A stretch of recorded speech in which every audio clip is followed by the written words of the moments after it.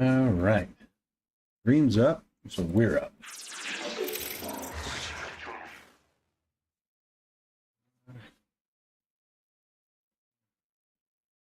Let's hope my cats behave. Don't have to shut the door and kick them out. Noise canceling.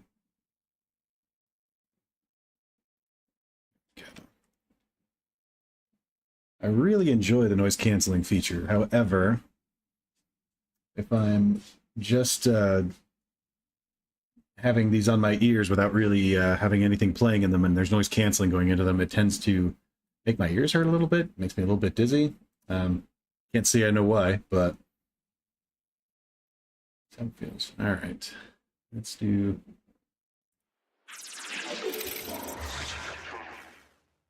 Watch. Of modifications and when that would happen, but there's also been delay after delay after delay on the Boeing side, so I don't know that's a firm fixed date yet, unfortunately, can be counted on. So obviously the underlying question here is what is going to happen to the plane at the end of Trump's presidency. The president said on May 12th that this plane would be transferred to his presidential library at the end of his term. Is that your understanding of what is going to happen to this plane? The president said that. That's my understanding, although I would look at what comes out in the MOU. But why would we ask the American taxpayer to spend The MOU that we're not allowed to see? I maybe I'm misremembering, but I thought that's what he said, that the MOU is basically going to be classified. So refer to the document that you can't see. upwards of $1 billion on a plane that would then only be used for a handful of months and then transferred directly to the president? That doesn't sound like a wise use of taxpayer dollars. A lot of the capabilities, as you know, Senator, of that particular platform are and should remain classified. So there are reasons why you might modify, even for a short period of time, an aircraft to ensure the safety and security of the President of the United States. But when do you believe that those upgrades would be made? How long would the president have it before it got transferred to his personal possession? That would be a determination of the Air Force that would take hold of it and make those modifications within whatever time window they believe gets it to the place where it need to be. Yeah, I think this is extraordinary, Mr. Chairman. We're talking about a pretty massive investment of appropriations dollars into a plane that the Secretary is saying is currently planned to be transferred personally to the President. There's a lot of other pending needs that we need to fund. This would seem to be low on the list. Mr. Secretary, one final question. Obviously, you know that there is a concern in the public about a double standard that is applied to protest, sometimes protest that turns violent. The president, when he came into office, issued pardons to the individuals that attacked the United States Capitol, including those individuals who beat savagely police officers. You have deployed the National Guard and readied Marines in a way that many people think is unnecessary given the state and the local resources. So maybe let me ask the question this way so that you can assuage people's concerns that there is a double standard. The National Guard was deployed here on January 6th, and that was a decision made by the Department of Defense. Do you support that decision? Do you believe that that was the right decision to deploy the National Guard to defend the Capitol on January 6th? All I know is it's the right decision to be deploying the National Guard in Los Angeles to defend ICE agents who deserve to be defended in the execution of their jobs. But I think it's important to know whether you think it was also important to have the National Guard defending the United States Capitol when there were violent protesters here on the president's behalf, to make sure that folks know that you care about protest, whether it's against the president or on behalf of the president. Senator, I was in the Washington, D.C. National Guard when that happened and was initially ordered to go guard the inauguration of Joe Biden. But because of the politicization of the Biden administration, my orders were revoked. And ultimately, because of the politics that were being played inside the Defense Department by the previous administration. But do you support the so- decision made on January 6th to send the National Guard here to defend I the support the Capitol? decision that President Trump made and requesting the National don't Guard that dis- was so you- denied. so you do not- President Trump you do deni- not support the requested decision. support You do not for the just National support the Guard decision in to advance send the National and was Guard here denied. to defend Wait, the what? Capitol. The National don't Guard that dis- was so you- denied. so you do not- President Trump you do deni- not support the requested decision. support You do not for the just National support the Guard decision in to advance send the National and was Guard here denied. to defend the Capitol. I think that speaks to the worry that many Americans have that there is a double standard, that you are not willing to defend against attacks made on our democracy by supporters of the president, but you are willing to deploy the National Guard to protect against protesters who are criticizing the president. That's not how our taxpayer dollars are supposed to work. They're supposed to be used to defend the United States, no matter the nature of the political affiliation of the protesters. Thank you, Mr. Chairman. Going to the full Hearing video of that. is tries All out. right, Mitch. The hearing in detail space facing the department. On this subcommittee, you'll find plenty of support for the department's efforts. For example, that have been on full display from the Pentagon front office. Mr. Secretary, you should not have shared operational details of U.S. military strikes on signal with other executive branch officials or personal acquaintances.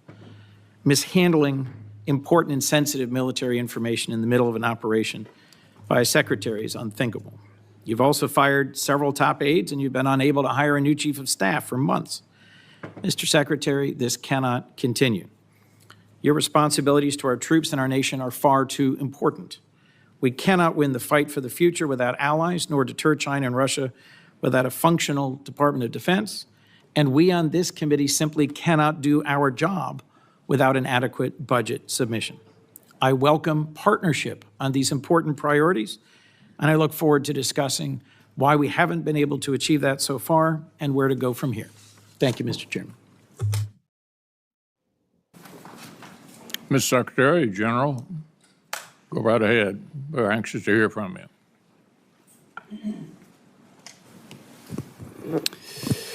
Well, Chairman McConnell, Ranking Member Coons, distinguished members of the committee, thank you for the opportunity to testify in full support of President Trump's proposed fiscal year 2026 budget for the Department of Defense.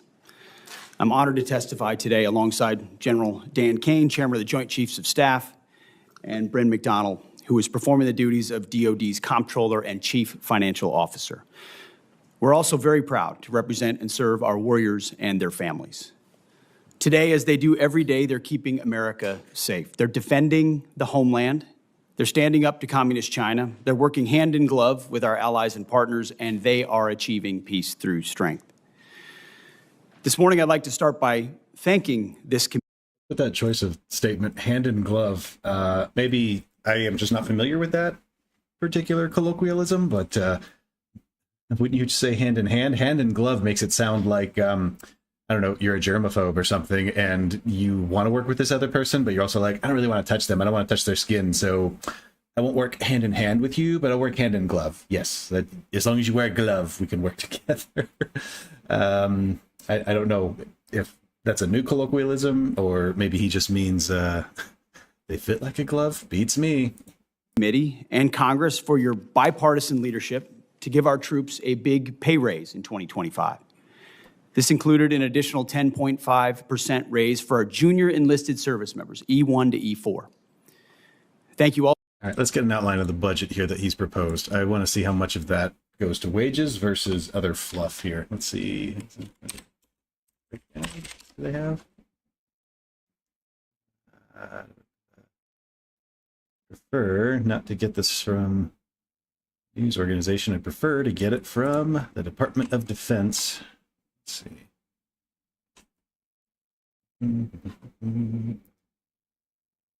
I guess they've got some here. $25 billion for the planned Golden Dome, $62 billion to modernize and sustain the military's nuclear forces, $3 billion for the Air Force's F-47 sixth-generation jets, and $47 billion towards shipbuilding. That totals out to be, what, $128 billion, $130 billion-ish? of the 900 billion total, I think they said it was. Let's see here. Barracks, et cetera, et cetera. I suppose this is just a... Well, I want the actual budget outline. Why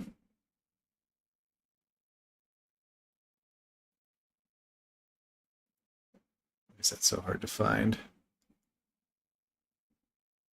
I think the total was like something around 900-ish billion. Let me just confirm that. As long as I know what the total budget is for, it gives me a better idea of the, proportion of these numbers that he's spitting out here. Mostly just curious if the wage increase is a very small percentage or a larger percentage. I'm willing to bet it's pretty insignificant, and yet it's the first thing he talks about because we care about our troops and we support them. And how dare you shut down a bill that pays our boys, right? Let's see here. Yeah, total of 961 billion. So close to $1 trillion. 13% increase in previous year's budget, so a little more than previous. The request is over $1 trillion in total for national security. Oh, okay. That combines other items as well. 4 years of chronic underinvestment. All right, let's see what he says here. Also for improving other initiatives that will improve quality of life for our warriors and their families. With a focus on our troops and their loved ones, I've directed additional actions that will further improve their quality of life. These include making historic investments to improve living conditions in barracks and base housing, reforming the PCS process to reduce the cost and stress of these moves, and improving the quality of care provided to our defense healthcare system. How much? The best part of my job, is meeting and interacting with the troops and their families. I hear their concerns.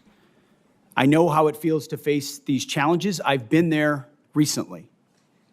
Each of these initiatives responds to feedback I or we have received directly from the force. We will keep listening and keep looking for ways to improve their quality of life. Under President Trump's leadership, this budget puts America first and gives our warriors what they need. The $961.6 billion budget request, which is over $1 trillion for national security total, will end 4 years of chronic underinvestment in our military by the Biden administration. Now, as is customary, What a nothing sentence.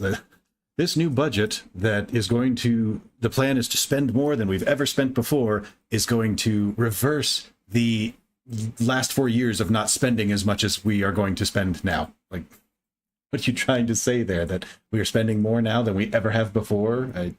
The implication is that the previous 4 years were underfunded and that things were lacking, and we essentially let our military go to languish. I don't see evidence of that anywhere, but other than that, yeah, what a nothing statement. Literally just saying we're going to spend more than we've ever spent, and this is going to fix the fact that we didn't spend as much as we're spending now.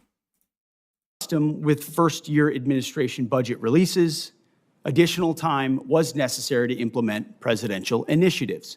So in the last 4 months, we have moved very quickly to reverse course after 4 years of weakness and mismanagement.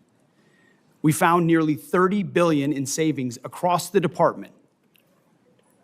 We killed wasteful programs, targeted bureaucratic excess, and redirected funding from Biden-era priorities to President Trump's priorities.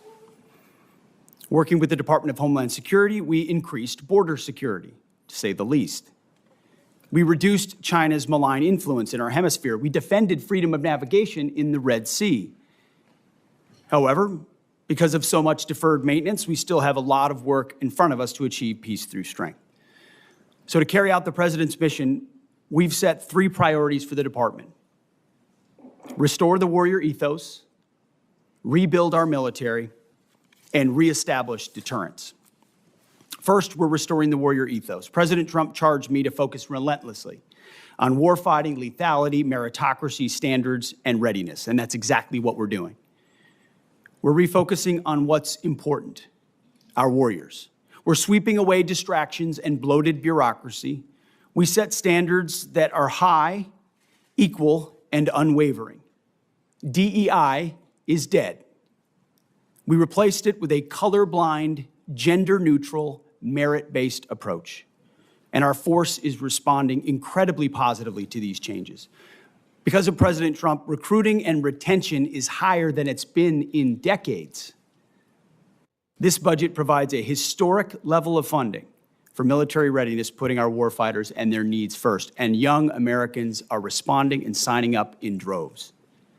Second, we are rebuilding our military. 25 years ago, our military was unchallenged, yet we squandered that advantage as China carried out an unprecedented military buildup. President Trump is correcting those mistakes. We're reviving our defense industrial base, reforming our acquisitions process, and rapidly fielding emerging technologies and new weapons so that our warfighters can meet the challenges of an evolving threat field. This budget invests $25 billion in Golden Dome for America, a down payment on President Trump's priority to defend our homeland. It also commits more than $62 billion in total to modernize and sustain our nuclear forces as we face rising nuclear dangers. The budget allocates $3.5 billion for the F-47, the world's first sixth-generation air superiority fighter. The budget will also revitalize our shipbuilding industrial base with $6 billion in funding in FY26 and $47 billion total in shipbuilding. The budget also significantly increases funds to buy next-generation technology, including autonomous systems, long-range drones, long-range fires, and hypersonics. We will put these capabilities in the hands of our warfighters. Long-range fires? I guess he's just referring to long-range missiles there. Long-range fire. Interesting. Like a flamethrower. These steps will keep us the strongest and most lethal force in the world. Third, we're reestablishing deterrence. When an opponent sees our well-equipped and tough as... Okay, can I just say something that's really frustrating to me here is that this is the Secretary of Defense testifying before the Senate Appropriations Committee. They care about numbers. They work specifically with the budget, right? The Secretary of Defense, Pete Hegseth, is coming in here giving the touchy-feelies. There's a few numbers in there, sure, but most of it is our military's weak. We're going to make them strong again, and look at all these cool technological advancements we're going to fund, and there's amazing things that are going to happen, and DEI is dead, and really, like, you're basically an accountant sitting here and asking your employer, whatever, like, hey, I'd noticed there's some really weird purchases in your budget here, and you asked me to, keep track of any frivolous spending and make sure that it doesn't, waste money or time. And I don't really understand how these are justified here. And like, why did you buy this RV? Well, because we've never had an RV before, and we deserve to have one, and we're going to make our home great again because we need this RV. And it's not even a real justification. Like, if he came in and said, hey, we've had problems with this in the past where, like, we've wanted to travel, we've wanted to use an RV to go to different states, and we just haven't had that option. This allows us to, fulfill that dream and to travel to various, like, we want to go to Yellowstone, we want to go to Zion's National Park, and you start giving, concrete evidence of why you need these line items. Instead, he's really just beating the war drum, if that makes sense. So being on the appropriations committee, that would be extremely frustrating. It, like I say, would be like the accountant sitting in that same meeting and being like, okay, that's great, but I can't fulfill my mission of helping you reduce your frivolous, stupid spending if you keep doing stupid, frivolous spending and not having a good reason for it. So do better. Nails warriors, they will decide that today is not the day to test American resolve. Credible deterrence starts at home. It starts with securing our borders. We will achieve 100% operational control of our border, and so far border crossings are down 99.9% from the open border policies of the previous administration. The Indo-Pacific is our priority theater, and China is our pacing threat. That's why I've traveled to the Indo-Pacific twice already to visit our forces and meet with our allies and partners. As we shift our focus toward the Indo-Pacific, This is why they're pulling out of Ukraine and giving them less funding, by the way, is that the current administration sees China as the growing threat, the one that they want to prioritize and tackle, not so much Russia. I don't know if they see Russia as a threat at all, or maybe a secondary threat that we'll just have to deal with later. I see them both as different threats rising in the world stage that probably need to be addressed in various ways. Definitely can't tackle both at the same time, especially not with allies. So I think it's wise to choose one or the other. However, what is unwise is flip-flopping midway through a previous commitment and deciding we're going to just completely turn around our military strategy and intelligence and security strategy for the next, 4 years until the next president comes in. And but yeah, this is Hegseth making the stance of the administration clear on who their current rivalry is. President Trump looks to our allies and partners to be force multipliers alongside the United States. We are making progress in that endeavor on multiple theaters. We applaud those allies and partners who are stepping up, but also need more done more quickly, to include with our partners in Europe. As the President has rightly pointed out, it is only fair that our allies and partners do their part. We can't want their security more than they do. The Defense Department is executing a common sense agenda to achieve peace through strength. The threats we face are serious. Our investments to counter them must also be. That's what this budget does. It matches capabilities to threats. We long for peace, so we must prepare for war. We are overcoming decades of neglect and decline. We must fortify our position as the world's most lethal fighting force, and that means acting fast. This committee is a critical partner in everything we do. Your leadership and oversight is essential. We look forward to accomplishing these goals to achieve peace through strength, support our warriors, protect our citizens, and do right by our taxpayers together. May God grant us the wisdom to see what is right and the courage to do it. Thank you. Chair McConnell, Ranking Member phase. Coons, Chair Collins, other ranking members of the committee, senators, thank you for having me today. I'm honored to join Secretary Hegseth and Ms. Bryn McDonald to appear before you today to testify on the President's fiscal year 2026 budget. Today's hearing reflects our shared commitment to maximize efficiency and accountability of our taxpayers' dollars, ensuring every expenditure increases the lethality and survivability of our joint force, and providing our warfighters with the advanced capabilities and cutting-edge technologies at scale required to dominate our adversaries. I've got deep gratitude for the leaders in this room and your commitment to helping deliver the capability and capacity required of our 2.8 million service members, civilians, and their families to deliver peace through strength. It's my responsibility as chairman to understand, advise, and integrate our joint force capabilities to confront the risks that we face worldwide. This demands a comprehensive understanding across every domain: land, sea, air, space, and cyber, across all the military services, every region of the globe, and all time horizons. It also requires making hard, informed decisions about where to recommend we prioritize our finite capital that you give us in order to determine and return the ROI on that capital. The President's budget enables the joint force to defend our great nation from adversaries, Mr. Chairman, as you said, seeking to do us harm. We're relentless in our pursuit of innovation and technology that allows us to hopefully deter war at every opportunity while ensuring that we're positioned to win should we be called upon to do so. This budget empowers the joint force to get after the Secretary's three pillars, as he mentioned: restoring the warrior ethos, rebuilding our military, and reestablishing deterrence. We intend to deliver that through ensuring that the joint force is properly armed, globally integrated, and ready to go. As I mentioned, the President's budget invests in our... Okay, I'm just going to skip this. This is a fluff piece. This is garbage.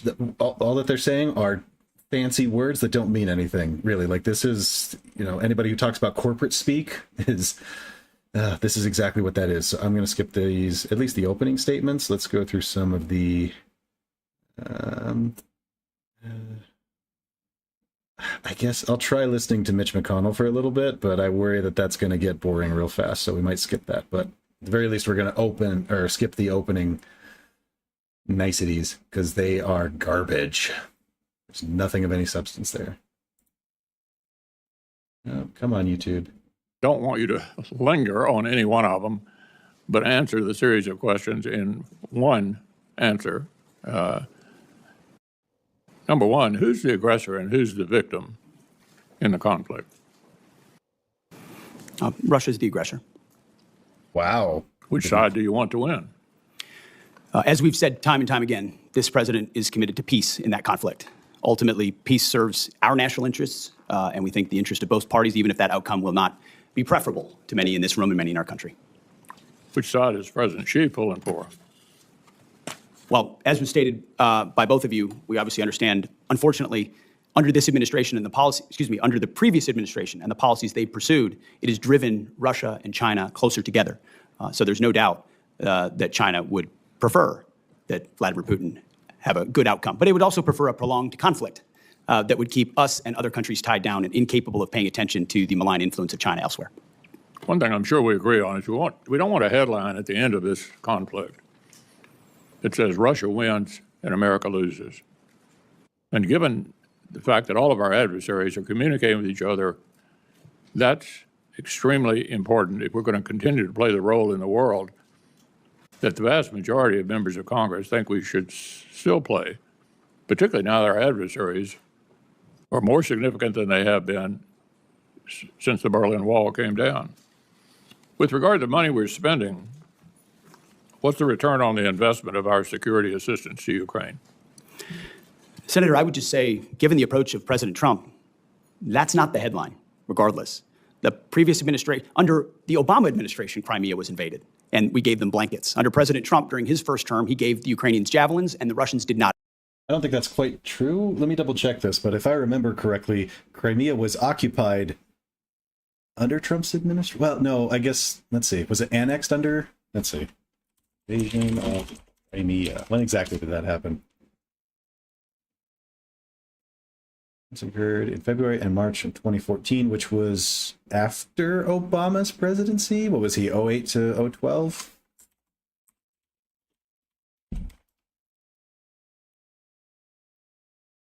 Oh, that's right, 2 terms to 2017.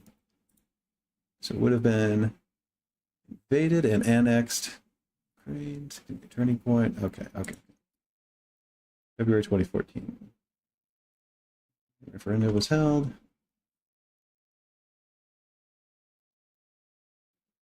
Okay, I was just misremembering dates there. Let me go back and hear what he has to say. It is true. It was occupied, or rather invaded, during the Obama administration. The previous administration, under the Obama administration, Crimea was invaded, and we gave them blankets. Under President Trump, during his first term, he gave the Ukrainians javelins, and the Russians did not invade.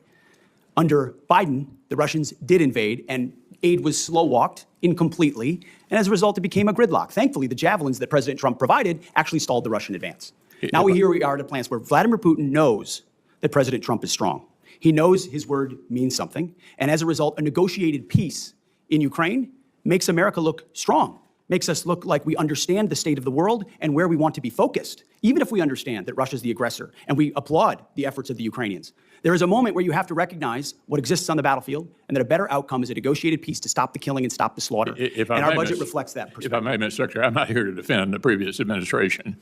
They were completely inadequate anyway. And I think you could make an argument that the precipitous withdrawal from Afghanistan was like a green light to Putin. But we are where we are. And beating up the past is not a plan for going forward to the future.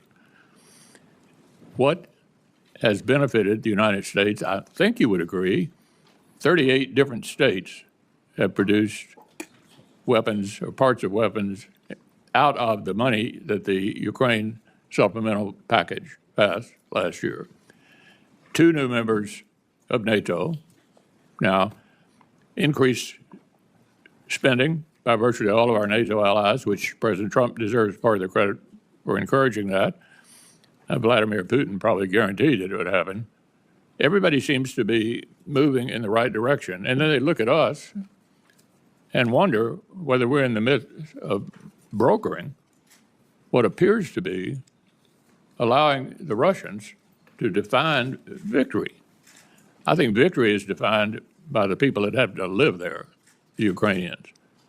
And I don't think they're going to ever conclude that victory means basically adopting the Russian views on all this. So what do you make of what the Russians are up to? They don't seem to me to be too interested in talking. We want to talk. They seem to be increasing the war. What's your take on that? Well, no one's adopting views, sir. I would say that the budget reflects the reality that Europe needs to step up more for the defense of its own continent. And President Trump deserves the credit for that. In his first term, in this term, we're about to go to The Hague, where we hope most European NATO countries are going to commit to a 3.5, 1.5 total of 5% defense spending, which was inconceivable before President Trump. And he has set the standard that America can't be everywhere all the time for everybody. And if you're a European country, you cannot freeload off of the United States in perpetuity. You are our allies and our friends, and we will stand with you, but you need to stand up in times of peace and in times of war. And this budget reflects that it's long overdue Europe does more, and that we be strategic about the outcome there, even if it's not preferable for all parties, so that our focus can turn, as was mentioned by everybody thus far, to the Indo-Pacific and our pacing threat, while Europe ensures peace on that continent. And so the budget is meant to reflect that reality. It includes hard choices. But that's been one of the things we're trying to do in this Defense Department, is make some of those hard choices alongside President Trump. Yeah, the only thing I would say to conclude this before turning over to Senator Coons, relitigating the past, it seems to me, is not helpful. I didn't defend any of the submissions, budget submissions that the previous administration made. I had a lot of the same complaints about how they were handling this. I want to avoid that for the future. And it seems to me pretty obvious that America's reputation is on the line. Will we defend democratic allies against authoritarian aggressors? That's the international concern that I have about this. And I think a number of my members share that view. Senator Coons. Thank you, Mr. Chairman. Mr. Secretary, just a quick question to clarify something. Is a full year continuing resolution bad for the Department of Defense? Just yes or no? Sir, a full year continuing resolution is never preferable for any department, especially the Department of Defense. Not preferable. And I know, General Kane, I don't need to ask you because your written testimony specifically says routinely operating under continuing resolutions lowers buying power, results in less deployable capital, makes it harder for industry to make long-term investments. And is it your commitment, Mr. Secretary, that you'll work with us to achieve a full year appropriation? You'll submit the budget documents necessary, work with us closely, that we'll be able to do our work so you can do yours? Senator, we are committed to working with you to make sure the Defense Department gets as robust a budget as possible, where we can meet the threats of today and tomorrow. Thank you. I'll just say at the outset for all my colleagues, I am increasingly concerned that there is a threat that some believe they can best govern by continuing resolution, reconciliation, and rescission, and not ever actually have us appropriate. So I look forward to working with you to avoid that outcome, which I think would both disregard the role of Congress and put all of us at greater risk. It seems to me clear with regards to Ukraine that Vladimir Putin has no serious intent of negotiating. He continues to attack civilian targets night after night with hundreds and hundreds of drones. The Ukrainians have just carried out a spectacular attack against military targets. And it seems to me concerning that the 2026 request eliminates aid to Ukraine entirely. At the same time, the Senate has a strongly bipartisan bill led by Senator Graham and Senator Blumenthal to impose more sanctions on Russia, and many senators of both parties want to provide more aid to Ukraine. Would you agree, Mr. Secretary, that the United States should use every tool it has at its disposal, including additional sanctions, to pressure Russia to come to the table to negotiate a just and lasting peace for the war in Ukraine? Senator, every tool at our disposal? No. We have a lot of tools in a lot of places. Let me be more narrow. then. You said, and I'll take some exception to this, that our European allies cannot freeload off the United States in perpetuity. My impression is that Article 5 of the NATO treaty was only invoked once. It was after 9/11. And a significant number of our European allies and partners deployed to Afghanistan alongside us and suffered significant combat casualties. In the first 2 years of the war in Ukraine, a war of Russian aggression, 50 other countries stepped forward, deployed military support, delivered materiel, provided financial and operating support. And at regular meetings of the Defense Contact Group, your predecessor led that process of deploying military assistance. What message do you think it sends that as Ukraine continues to suffer day after day of punishing attacks on civilian centers, we're not using the $3.8 billion in presidential drawdown authority that remains to send additional air defense and interceptors, and you yourself chose to not attend the Ukraine Defense Contact Group. Mr. Secretary, why not use the already appropriated presidential drawdown authority to deliver defense material badly needed by Ukraine? Well, Senator, as you know, the presidential drawdown authorities 71 through 74 still apply, and they are still flowing. There's some in reserve. To your question about my statement, and I served with a lot of NATO allies in Afghanistan as Yes. well. Incredibly capable Canadians, Brits, and Australians, and others. And grateful for them. And I've gotten to know a lot of them in this process Yes. going to Brussels. Amazing people, amazing countries. Thus, I was struck, Mr. Secretary. But we also wore a patch on our shoulder. Yes. That said ISAF, International Security Assistance Force. And you know what the joke was? That it stood for I Saw Americans Fighting. Because what ultimately was a lot of flags, was not a lot of on-the-ground capability. You're not a real coalition, you're not a real alliance, unless you have real defense capability and real armies that can bring those to bear. And that's a reality that Europe is waking up to quickly, and we're glad, because they're Mr. our Secretary. friends, and we want them to be safe and free and secure. And sometimes that takes true talk and Yes. tough love, and they've responded very well to that They because have. we want them to succeed. And Mr. President Trump Secretary, wants them let's to. just make clear for the record that our military partners in Afghanistan included many who served and died. Our Danish partners and allies on a per capita basis Don't try to suffered make it more. look like I don't care about the investments of our partners. Of course I do. Mr. I recognize Secretary- that there were lives lost from other countries. Of but course the there bulk were. of the effort was Americans. And an alliance needs to include other countries and be more balanced Mr. to be a Secretary, real alliance. And as I that's the point pointed we're out making. in my opening comments, our partners and allies have stepped up, have invested, have engaged in the defense of Ukraine, and so should we. We should not be pursuing a ceasefire and a negotiated resolution to the war in Ukraine at any cost. Peace through strength means actually using our strength, continuing to support Ukraine, and securing a lasting peace. Putin will only stop when we stop him. And the best way to stop him is indeed through a stronger NATO. I look forward to the NATO summit. I agree with you that a significant investment by NATO in our collective security is a great investment, but we cannot abandon Ukraine. That would put us significantly at a strategic disadvantage. Thank you, Mr. Chairman. Senator Collins. Thank you, Mr. Chairman. And let me start by thanking you for framing what is at stake and for your emphasis on Ukraine. I also agree with Vice Chair Coons that the department has been unacceptably slow in providing us with the account level information that we need to draft the defense appropriations bill. I agree with him that a CR is not conducive to the smooth and effective operations of the department, but I would respectfully point out to my colleague that the Appropriations Committee reported the Defense Appropriations Bill before the August recess, and it was the Democratic leader who decided not to bring the bill to the floor. And that is why we ended up with a continuing resolution. Mr. Secretary, let me turn to you now. You recently stated that DOD is focused on the strategic threat posed by China, and that this threat is, and these are your words, real and could be imminent. And I agree with you.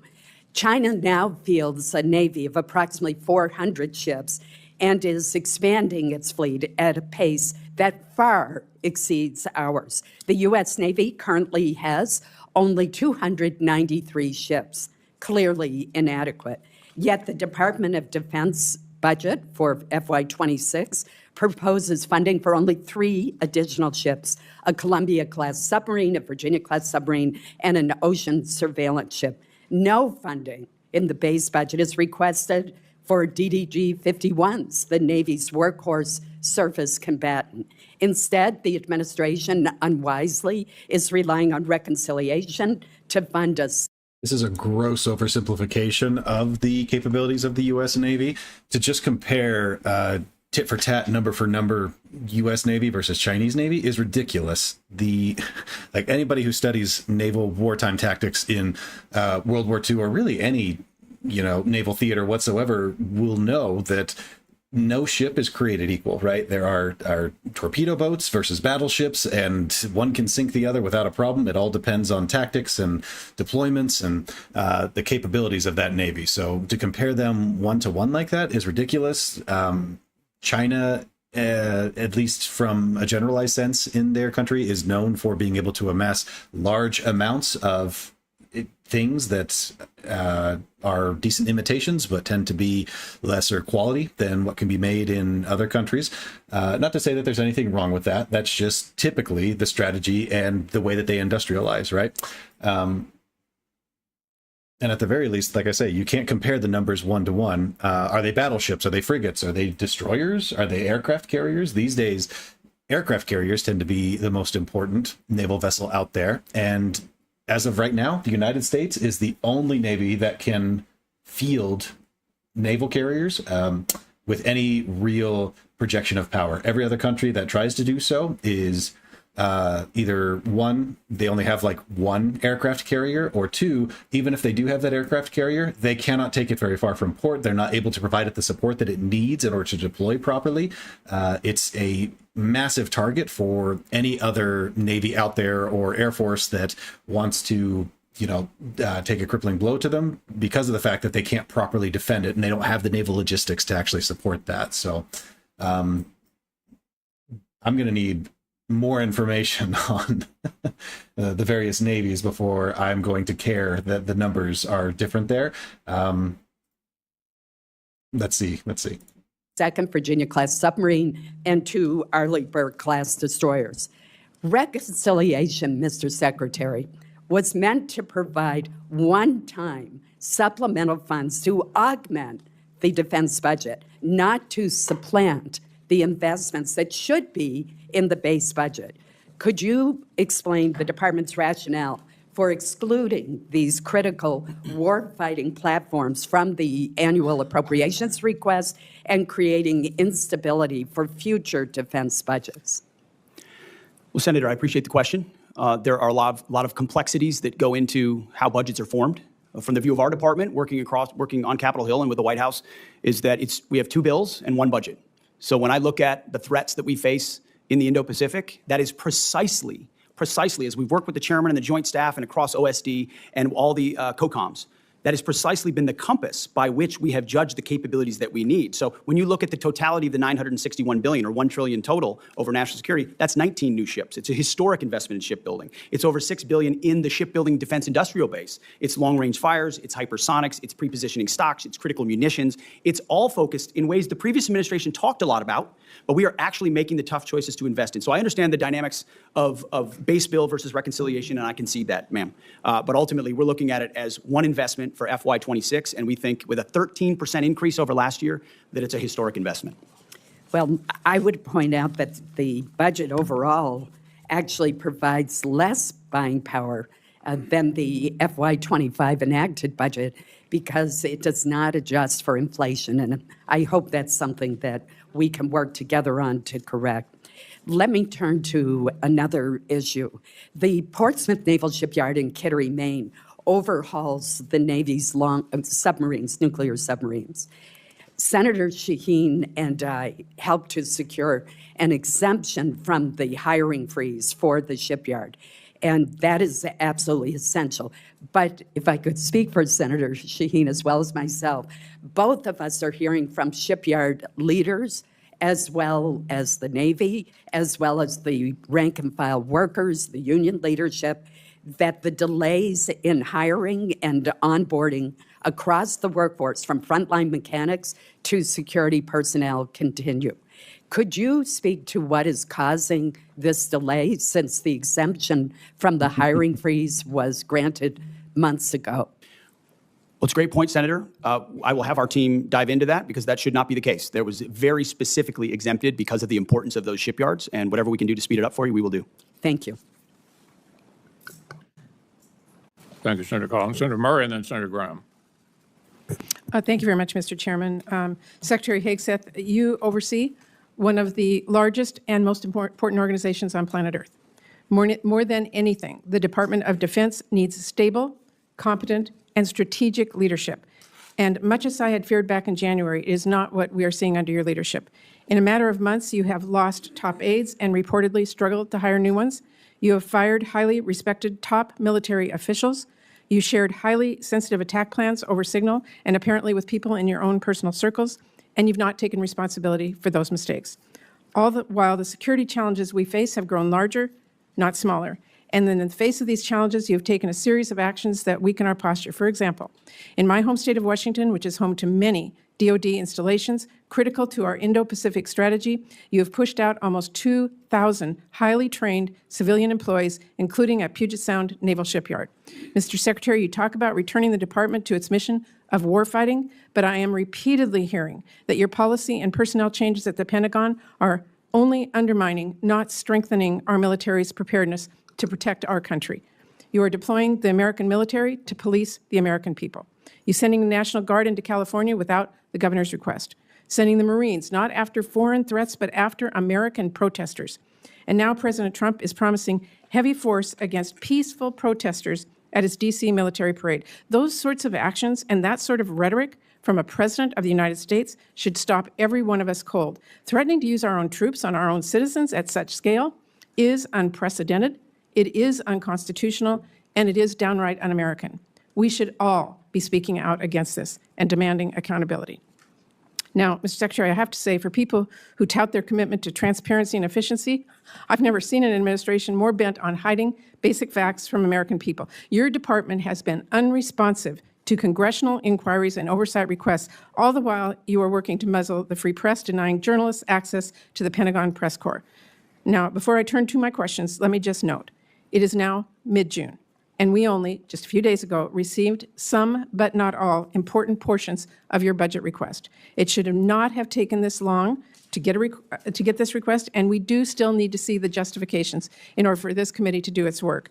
We're missing those. Not having a full budget at this juncture is really unacceptable. So I am deeply concerned. So let me turn to my questions, and this is important. This administration has put the civilian workforce under attack from day one, encouraging resignations, firing probationary employees, instituting hiring freeze, requiring OPM to approve any new hire one by one, and now, new last week, requiring prospective employees to explain how they would, quote, help support the president's executive orders and policy priorities. We have spoken with military installations across our country.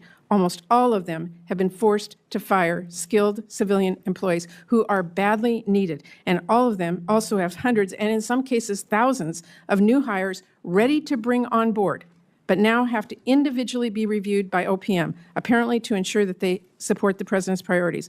Secretary Hegseth, I want to know, and keep your answer short, I have limited time, will you be firing more shipbuilders, yes or no? Senator, we haven't fired shipbuilders. We've offered through a right-sizing of our civilian positions, which So everyone in this committee would acknowledge that the Defense Department has had a bloated bureaucracy for a long time, have given a voluntary process by which some people can choose to take a DRP. I'm just asking so you a it's not a question. firing of shipbuilders. So that's a totally disingenuous character. That's such a corporate answer. I feel like we didn't fire people. We did a restructuring of individuals, right? We didn't. It's what you, as a CEO, say to your shareholders so that they don't panic and think that, oh my gosh, they're not doing business very well. They're laying people off and they're getting rid of them. Like, no. We just identified some fluff and some fat in our corporation, and we're juggling that around. And now, if that were true in this case, that might actually make some sense and sound good to most people. Like, oh, okay, they are just getting rid of people but it was clearly laid out before that these people that are being let go and removed are being that's being done so not because of fat in the budget, but because of political leanings. And any new person that comes in and applies for these positions to refill them has to go through a rigorous screening process to determine if they support the current administration's policies. And if they don't, well, guess what? They're not a part of that. That is not a culling of the fat. That is a culling of the political leanings of the department, and is ridiculous. Characterization of what our Let me department is just doing. ask We you, are focusing on shipbuilding. Mr. ma'am. Secretary, do we need more or fewer shipbuilders?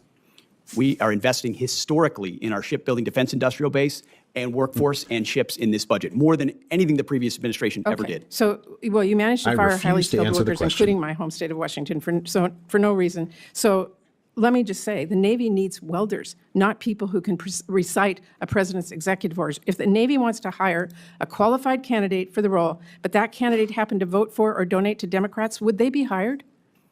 Senator, there's never been a litmus test for hiring welders. Well, If you can weld, you can work at the Defense Department. That is what they're being asked. And Mr. Secretary, I just have to say, we need to drop the politics in our military. We need to hire the best people. We do not need to force them out. That is simply the case at this point. I'm out of time. Thank you, Mr. Chairman.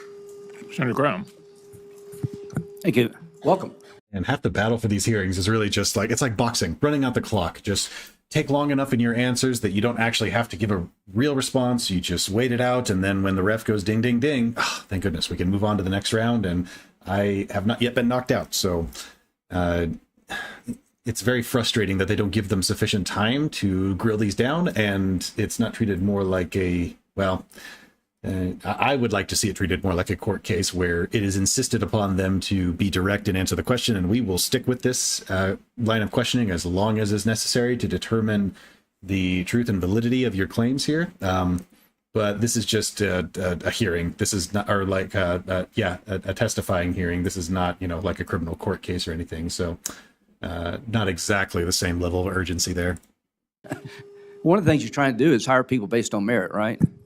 Yes, sir. You could care less if they're libertarian, vegetarian, Democrat, Republican, as long as they can do the job? Yes, sir. Okay, all right. More people are joining the military now than any time in recent memory, right? Yes, sir. So the situation described by Senator Murray, I don't care if they're a vegetarian, libertarian, or graduate.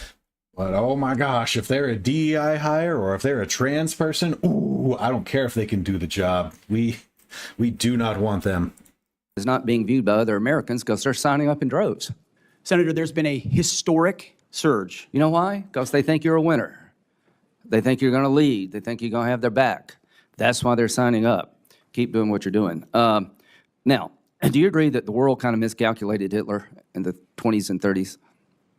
Certainly did not understand the scope of the threat. Yes, Like the Senator. guy wrote a book, I want to kill all the Jews, and nobody believed him. You remember that? General Kane, is that a fair statement that the military-industrial complex of the 20s and 30s really didn't miscalculated Hitler? Yes, sir. The danger of that is like 50 million people get killed. So let's don't do that now.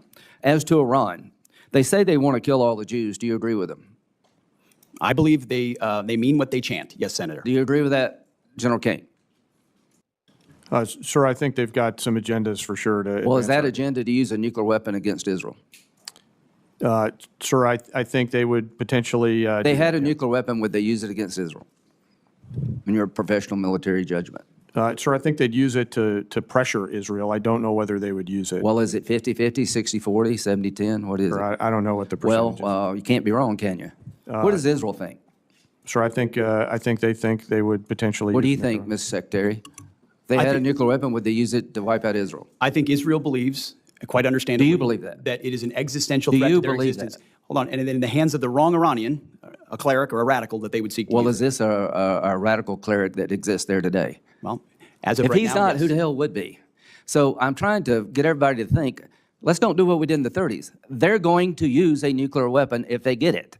Are they trying to build a nuclear weapon versus a peaceful nuclear power program, Mr. Secretary? Have the Iranians been trying to build a nuke? There are plenty of indications that they have been moving their way towards something that would look a lot like a nuclear weapon. Does China intend to take Taiwan by force if necessary? We don't believe they've made that decision yet, but certainly if you look at their exercises that they're performing in that area, they What do you look a lot think, like General what that would Kane? look Do you like. think China is intent on taking Taiwan? Sir, I think it's not to split hairs, but I think it depends on what you define take. I think if I mean, like, take it over. I think if they could get them their way, for sure. Do I think they're going to use military capability? Maybe, maybe not. Do we need to be prepared for that? Yes. Is Putin going to stop in Ukraine? I don't believe he is, sir. I think he'll What do you go think? until. What do you think, Secretary? Is he going to stop? Remains to be seen, Senator. Well, he says he's not. You know, this is the 30s all over. It doesn't remain to be seen. He tells everybody around what he wants to do. Are you familiar with his military buildup in terms of armaments? It's well beyond what we need to do to take Ukraine. Listen, I think I like what you're doing. I just think we got to get this stuff right. Iran cannot have a nuclear weapon because they'll use it. They're homicidal maniacs who are religious Nazis. China is an expansionist power who will take Taiwan if we don't deter them. Russia will dismember Ukraine and keep going if we don't stop them. Radical Islam, are they still out there, General Kane? Sir, I think there are still folks that would do America harm. So is ISIS dead? No, sir. Is Al-Qaeda dead? Mostly, and dying more every day. Yeah, but are they still out there trying to get here? Yes, sir, to a certain So the extent. threat of radical Islam is still real to the American people. Yes, sir, if allowed to scale. We Yeah. work hard to not allow that to happen. And how you do that, you hit them over there before they come here, right? So we have a variety of ways, as you know. It's better to have partners than do it by yourself. Always, sir, yes. Okay, so go over just a little bit. The point is, radical Islam is out there. They're trying to get here. Ms. Secretary, if they had a nuclear weapon, would they use it? Would al-Qaeda use a nuclear weapon if they had one? Senator, a nuclear weapon in the hands of al-Qaeda would be a very bad thing. Is there a whole lot of difference between a nuclear weapon in the hands of al-Qaeda and the Ayatollah in Iran? I don't think so. They just have a different religious reason to do it. The point is, these budgets are important, but we need to up our game. We need to build more ships because China's building more ships.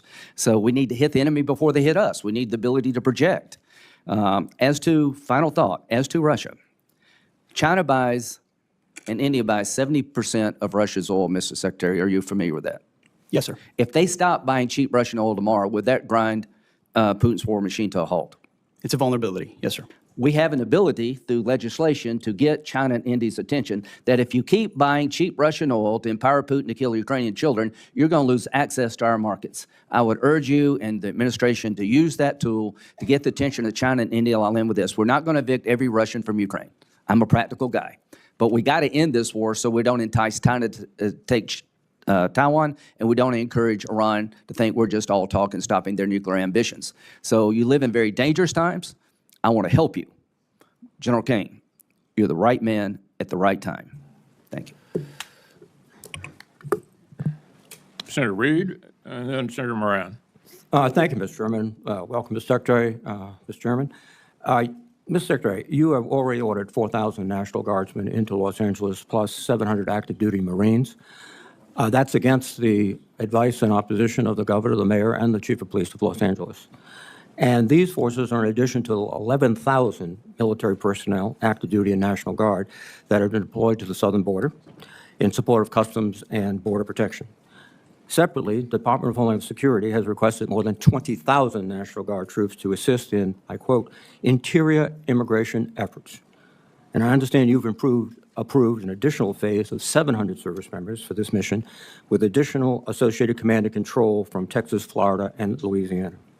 This week, the Department of Homeland Security sent another request for DoD support to transport ammunition, quote, to authorize military forces to detain or arrest American citizens, to provide DHS with military drone surveillance support, and to have the Marine Corps advise DSH on running joint operations.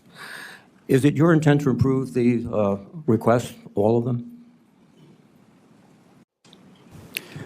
Well, Senator, we very much support President Trump's focus on defending the homeland on our southern border, as well as supporting law enforcement officials doing their job in ICE in Los Angeles who deserve not to be assaulted, accosted, and rioted while rounding up one of the 21 million illegals allowed in as an invasion under the previous administration. Are you prepared to authorize DHS to use drones and also to authorize military forces to detain or arrest American citizens?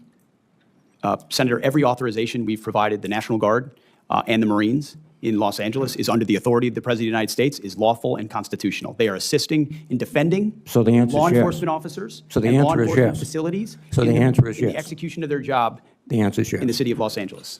How are you paying for this? Is this done on a reimbursable basis by the Department of Homeland Security, or is the Department of Defense paying for this? As we mentioned yesterday, a lot of this we are paying for, and some will collaborate with DHS on. And how is that done, given a CR, which restricts your spending dramatically? What are you taking from? Readiness?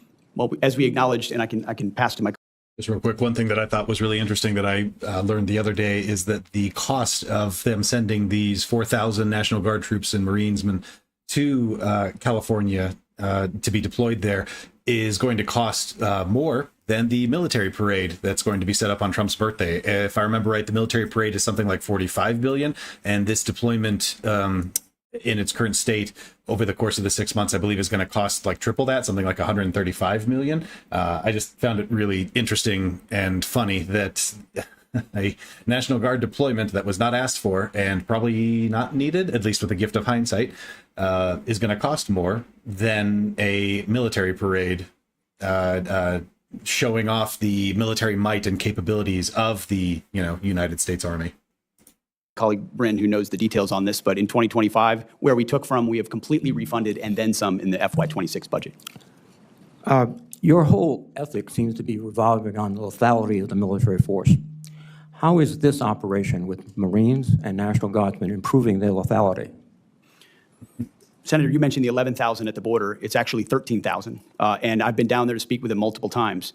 And people will say that mobilization hurts readiness. When you talk to them, it actually improves their readiness. I'm talking about lethality. That's what you talk about all the time. Readiness and training and accountability training. is all part of lethality. No, that's right, training. The more ready you are, the more capable you are, the more accountable you are, the higher your standards How are. much- It all makes you more lethal. So you're- and the mission in Los Angeles, as you know well, sir, is not about lethality. It's about maintaining law and order on behalf of law enforcement agents who deserve to do their job Excuse me. without being attacked by mobs of people. And so Law- we're very proud that the National Guard and the Marines are on the streets defending the ICE agents, and they will continue Law to do that. and They're doing a order great is job. a civil function under the Constitution of the United States.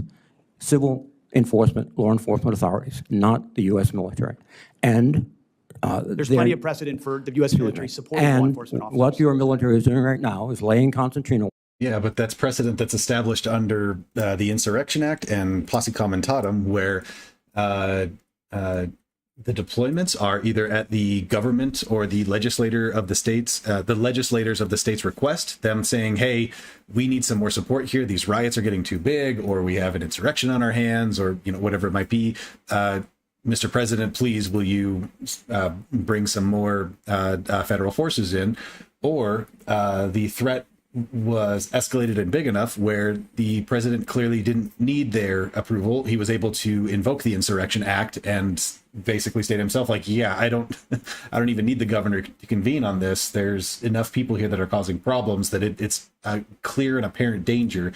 All that precedent is unrelated to the way that the president deployed these 4,000 troops to Los Angeles, because they were brought there not only without the governor's request, but also with the governor stating, we don't need them. Like, why are you doing this? Please don't do this, because it's just going to escalate the situation.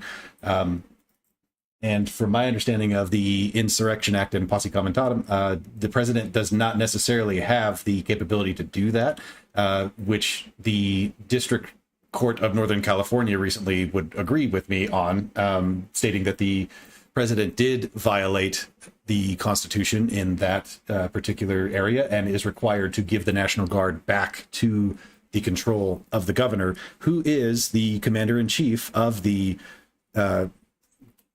National Guard, the National Guardsmen deployed in California during times when they are deployed in California and there is not an insurrection occurring. Wire, guarding buildings, maintaining vehicles for other services. This is not only, I think, illegal, but also a diminution of the readiness and the focus of the military. But let me change course a bit. There's a general understanding that you have taken possession of this Qatari aircraft, the 747. But there are public reports that the Qataris have not yet signed a memorandum of understanding, which would specify that the agreement was initiated by the Trump administration and Qatar is not responsible for any future transfers of the plane's ownership. Are you in possession of the Qatari airplane now? Any specifics about future aircraft that could be Air Force One can't be discussed here, but Sure, it can be there is discussed a here. Are you conversation in about a possession- memorandum of understanding. A memorandum of understanding remains to be signed, Senator. You have signed a contract with a company to reconfigure the aircraft. What is the price of that contract? That cannot be revealed in this setting, sir. Why can't it be repealed in this session? Well, this is the Appropriations Committee of the United States Senate. We appropriate the money that you will spend after it's authorized by my committee. And you cannot tell us how much the contract is for? You will have that number, Senator. It just No, can't be we talked about want in it the now. public It's been realm. signed, the contract has been signed, correct? The contract has been signed? The memorandum of understanding is not No, complete, and I'm therefore talking about it's the not complete. contract with the American contractor. Has it been signed? It's nothing on that front that I'm aware of is being executed. Well, that's It's not contrary to the what question. we've all heard. Second thing, what's the delivery time in the contract? Again, the delivery time of anything of that sensitive nature is not for public consumption. Can you tell me the delivery time for the Boeing aircraft that were being prepared for Air Force One? Was that in the contract? One of the problems is that the way we actually procure aircraft in this country takes so long. Oh, that yeah. When it's ordered, it's 7, 8, 9, 10 years late, requiring the necessity for a stopgap alternative. Well, no. What you've just said is that the Boeing information was public knowledge. The delivery date, the cost overruns, but this is not. Because this is not only a bad deal for the American public, it is just it's gratifying the president's ego. That's all it is. Thank you. Senator Moran, and then Senator Durbin and Senator Hoeven. Chairman McConnell, thank you. Secretary, an issue for me as a Kansan, but an issue for folks who fly out of Ronald Reagan National Airport. January 29th, a Army Black Hawk helicopter and a commercial airliner arriving at DCA from Wichita collided midair. I know you're aware of it. You were involved in responding on the night of the accident, January the 29th. It killed 67 individuals, many of them Kansans. I want to hear a confirmation from you. Since that flight, I asked, as did the Department of Transportation, the FAA, that the helicopter flights emanating from the Pentagon be put on pause. It's my understanding from information from the Army is that since January 29th, 7 flights have taken off and landed at the Pentagon. 6 of those flights occurred during periods of high volume at DCA. One of those aircraft caused 2 different commercial flights to abort landing on May the 1st. And since this latest incident, I understand that all flights have been halted. My question is, will you commit to maintaining that restriction on all non-essential rotary flights, including VIP transport from the Pentagon until the Department of Transportation, the FAA, determines the safe way in which that can be done, if there is a safe way? Senator, that was a very tragic incident, which can never happen again. We initiated an investigation immediately, worked directly with the Department of Transportation immediately. They've taken the lead on it. In real time at that moment, we even stood over maps and looked at routes to make sure we were ensuring that routes of Blackhawks were away from the flight path so that it didn't happen again. There are essential reasons why you may need to move along a corridor similar to that, but there is no authorization for VIP or convenience flights along that route. That is not the case and will not remain the case. You have our assurance that I'm working with Secretary Duffy very closely to make sure that the only flights that would be, even in a modified path, would be those that are necessary and authorized. And that ban, except for that ban on non-essential flights, including VIP transportation, remains in effect until Secretary Duffy reaches a conclusion if it's possible to fly safely. We are in direct coordination with Secretary Duffy, and we take his recommendations very seriously and work together. And only where there's a dynamic and ongoing need for the Defense Department would we push back and try to figure out a middle ground. Thank you, and I compliment you on your response and engagement on January the 29th. I appreciate that very much, including the conversation you and I had that evening. There's so many national and international issues I want to talk to you about, but I also want to make certain that some things that no other member of this committee would ask about a circumstance that I've encountered in Kansas, and we've sought the Department of Defense's help, and we're fighting, in my view, we're fighting the bureaucracy. We have an Army Corps of Engineers lake in Kansas. It's next to a community called Council Grove. It's a county seat town of several thousand people. Their community depends upon the tourist traffic and usage of that lake. They had a manager, a ranger at that lake. The Corps did. That ranger shifted to another lake. The hiring freeze prevented somebody from being hired to replace that person. The Secretary of the Army, I appreciate his cooperation, signed a waiver to allow the hiring. But now we have been told weeks to months for the Army Corps of Engineers to go through the hiring process to replace the person. And if I could get your attention or your staff's attention to see if there is not a faster way. This community says that the people who come to stay and visit the lake, so at the moment the marina is threatened to be closed, there's no one to clean the latrines, no one can. All right. I need to take a quick break, refill my water bottle. I will be right back.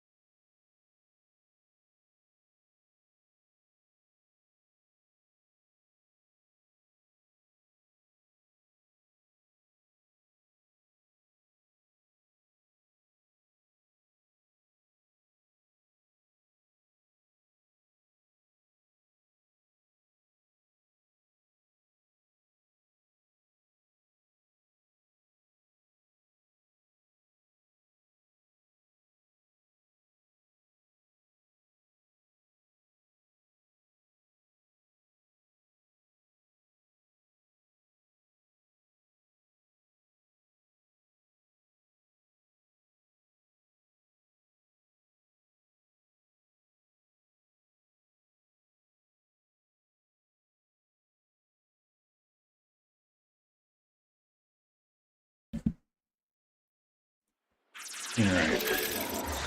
We're going to switch gears a little bit here.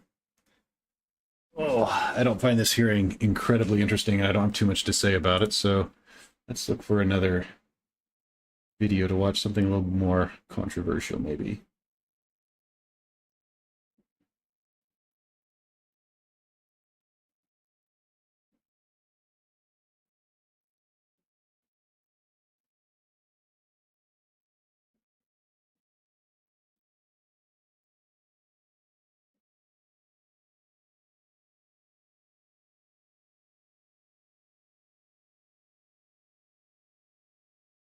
Mm.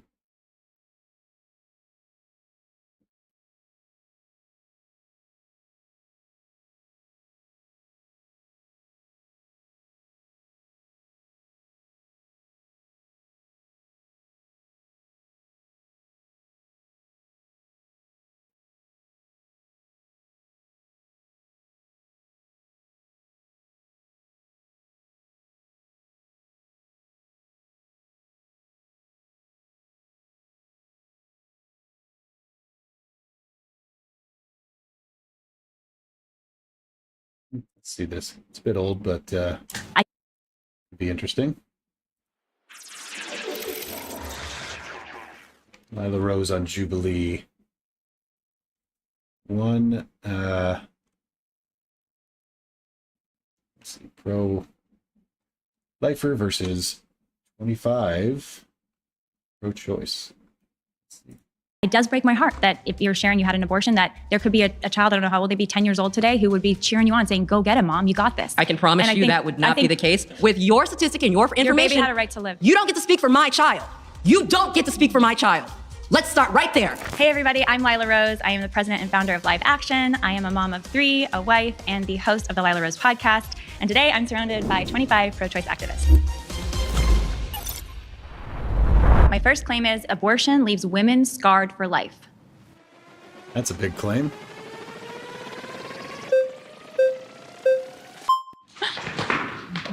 Hey. Hello, what's your name? Julia. Julia, nice to meet you.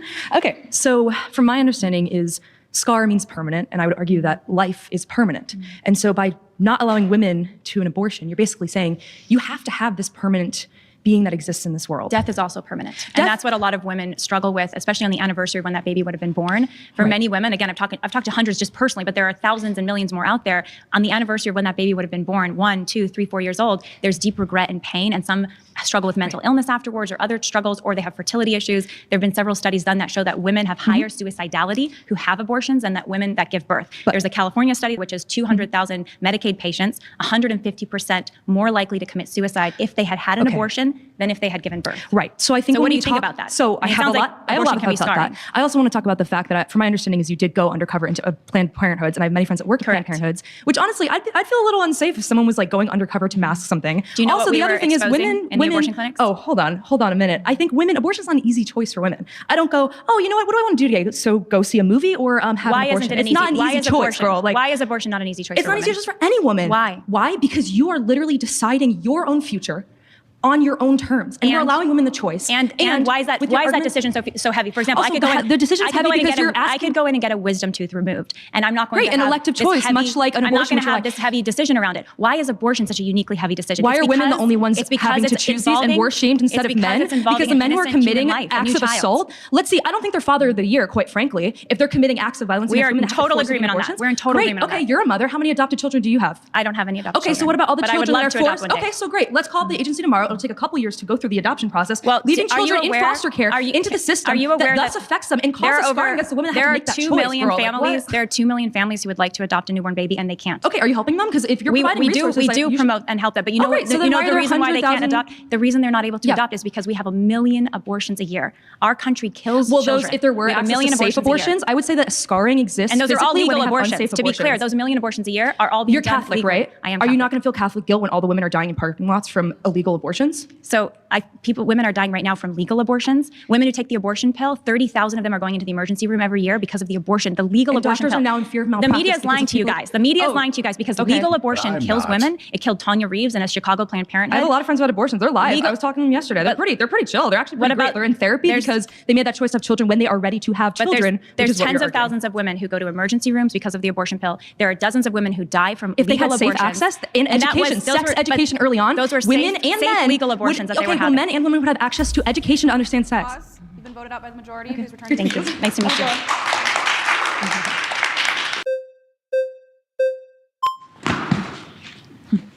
Hi. What's your name? Demi. Demi, nice to meet you.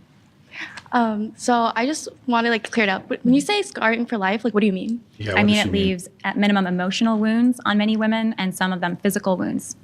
I think something to focus on Physical? is the Really? emotional part. It's the shame that you get from pro-life activists. I know what it's like to go to Planned Parenthood and walk out and then see people protesting, calling the women murderers, chanting religious prayers at them. I think that's what's the scarring part emotionally. So I've had the privilege of interviewing now almost 1,000 women who've had abortions and hearing their stories. And many of them share about how everyone told them it was the right thing to do, that there was nobody opposing it, and they had the abortion. But you run and a then pro-life and then years later, organization. and this is their Yeah. story, and then years but later you're they would biased say, focusing on people. well, who this do is their that. story, not mine. And they would tell me, and they would Yeah, but there's going to be like a selection bias there. The only people that are going to, come in, like, unless you're saying that this is like a completely anonymous survey and they have like no idea who they're surveying for, the only people that are going to come forth are the people who have some sort of a guilt behind it and want to make a statement and say like, oh, I want people to know the thing that I was experiencing. So I'm going to go to this religious organization that is not in support of abortion. You're much more likely to do it versus like if you had an option to go to another place that clearly is, a pro-life place that doesn't support, or rather, it doesn't have that religious purpose behind it and affiliation. Are you going to be as inclined to share your story in that particular case? No, I certainly don't think so. I think that you have to account for that type of bias in there. Plus, it's only 1,000 people. Is that really a sufficient sample size to make any sort of policy declaration out of it? This is the hard thing for me, is that I think with this anecdotal evidence, you can decide for yourself whether you think like, oh, this is a hard decision, or this is amoral, or, whatever you might think about it. But when it comes to policy and the rights of women to be able to make this decision, you're going to need a lot more substantial evidence than just, we asked 1,000 women and they felt bad about it. Also, I run a religious organization whose purpose is to keep the sanctity of life and support people and not kill babies, and there's a lot of normative loading behind that, right? report about how after their abortion, sometimes it would be years later, they would remember it and they would say, What about the I other wish I had stories never out there done that. who don't regret Or they it? would face mental health challenges, they'd face addiction. Yeah, but what are the people who Some don't? of them would face infertility. You're not interviewing the people who don't regret it, who think that their life would have been worse off if they didn't get the abortion. So I think if what you're saying is there's some women who don't regret it, I think it's absolutely true. There are some women who would maybe sit right here and say, I had an abortion, I don't regret it at all, it was great. But that doesn't mean that abortion isn't leaving women scarred for life, because it is. But you're And generalizing those it, stories saying that's usually like aren't, all women. those stories aren't usually made or told by typical media groups. You're going to have to explain that to me. How exactly is somebody scarred for life still, but they don't, like they aren't bothered by it, right? Like, is that something, how is that possible? How is that true? In my opinion, that can't be true for something to not bother you, not be a problem. Like, you don't regret it, it's not an issue. And for somebody else to come to you and say, oh no, but this actually is scarring you, this actually is hurting you. Like, that's ridiculous. You're going to have to explain to me exactly how that works. Usually in media and in the entertainment world, you hear the stories of the women that are saying abortion is great, it empowers me. There are thousands and thousands of women who experience bitter abortion regret. People, and then there's also women can have abortions and they want to have kids in the future, but they know that they're not in the position for it right then and now, so they can have guilt, they can feel sorry. But that's not all women, and that's totally valid. I think there's a stigma today, if I may, I think there's a stigma today on a lot of women that they can't share their abortion regret, because society's telling them that abortion's your right, it's empowering, it's a reproductive freedom, and so if you have abortion regret, there's not really a space to share that. Stigma. You're feeding into the harmful narrative. What harmful narrative? That women are getting abortions and then that they shouldn't feel regret about it because they're murderers and that they should own up to their actions. That's what the pro-life people are arguing. I think what our narrative, if you want to call it that, is to say this is a human life. The science tells us this. It's always wrong to take a human life. And abortion does leave deep scars on a lot of women. Thank you. What does that mean, human life? Is a finger What's your human name? life? Hi, nice to meet you. My name's India. India, nice to meet you. Okay, so when you say that abortion leaves women scarred for life, I have had an abortion before. I had an abortion actually a week before my 21st birthday. I'm a young black woman in America, come from a low-income family. I'm also adopted. How do you feel about your abortion? How do I feel about my abortion? That's what I'm about to tell you. So I wouldn't I'm going want to tell to you. have to make the decisions of what's next after a child is born. I personally did not feel like I was in the proper mental state, financial state, emotional state, physical state. I did not feel like I was in the best of any of those states to be able to bear a child. To be a parent, exactly. My circumstance was a little bit different with the father of would have been child. He actually wanted me to keep the child, but I chose not to because of my body. I'm curious if you considered adoption. I absolutely did. But like I said, based on my testimony and what I've experienced, I grew up in a home with foster children in and out. I have an adopted brother as well. We're 2 years apart.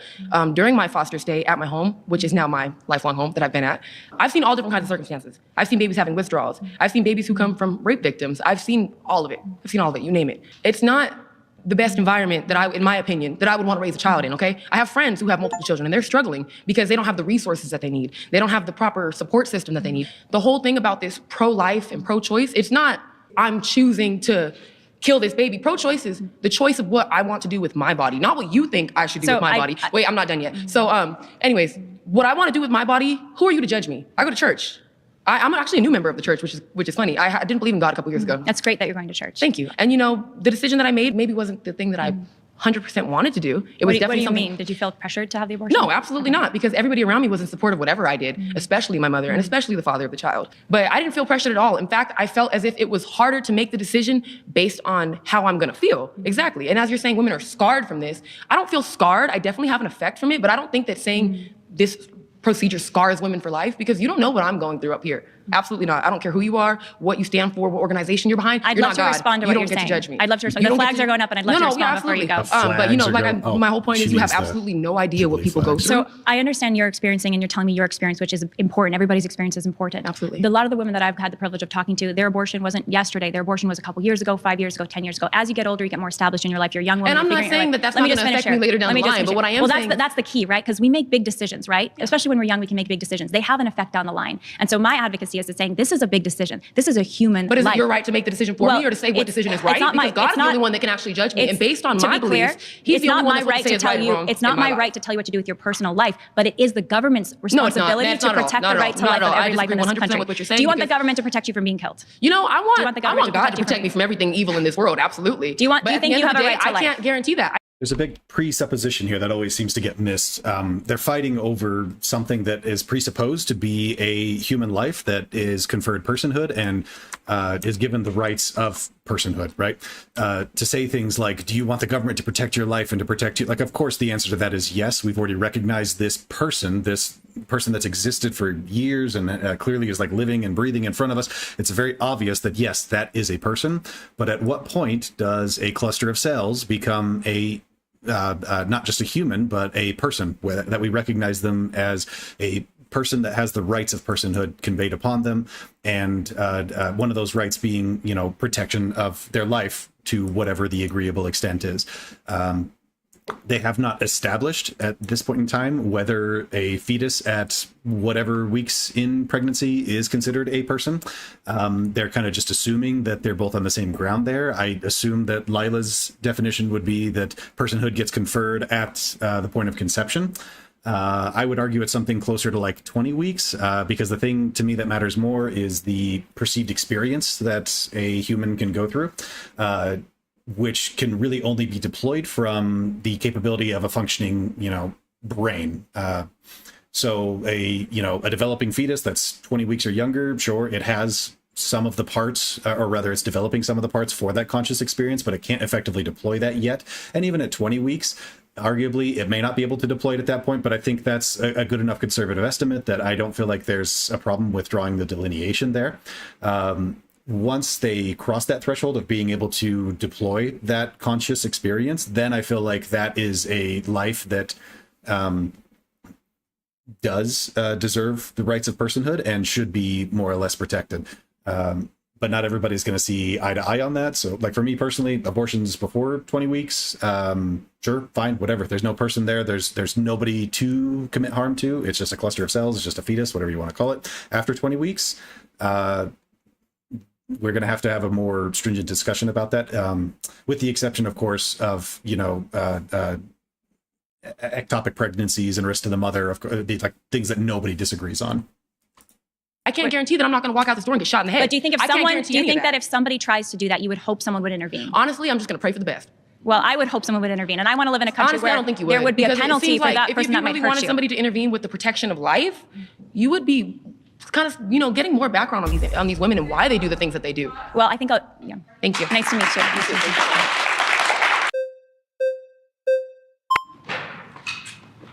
Hi. What's your name? Audrey. Audrey. Nice to meet you.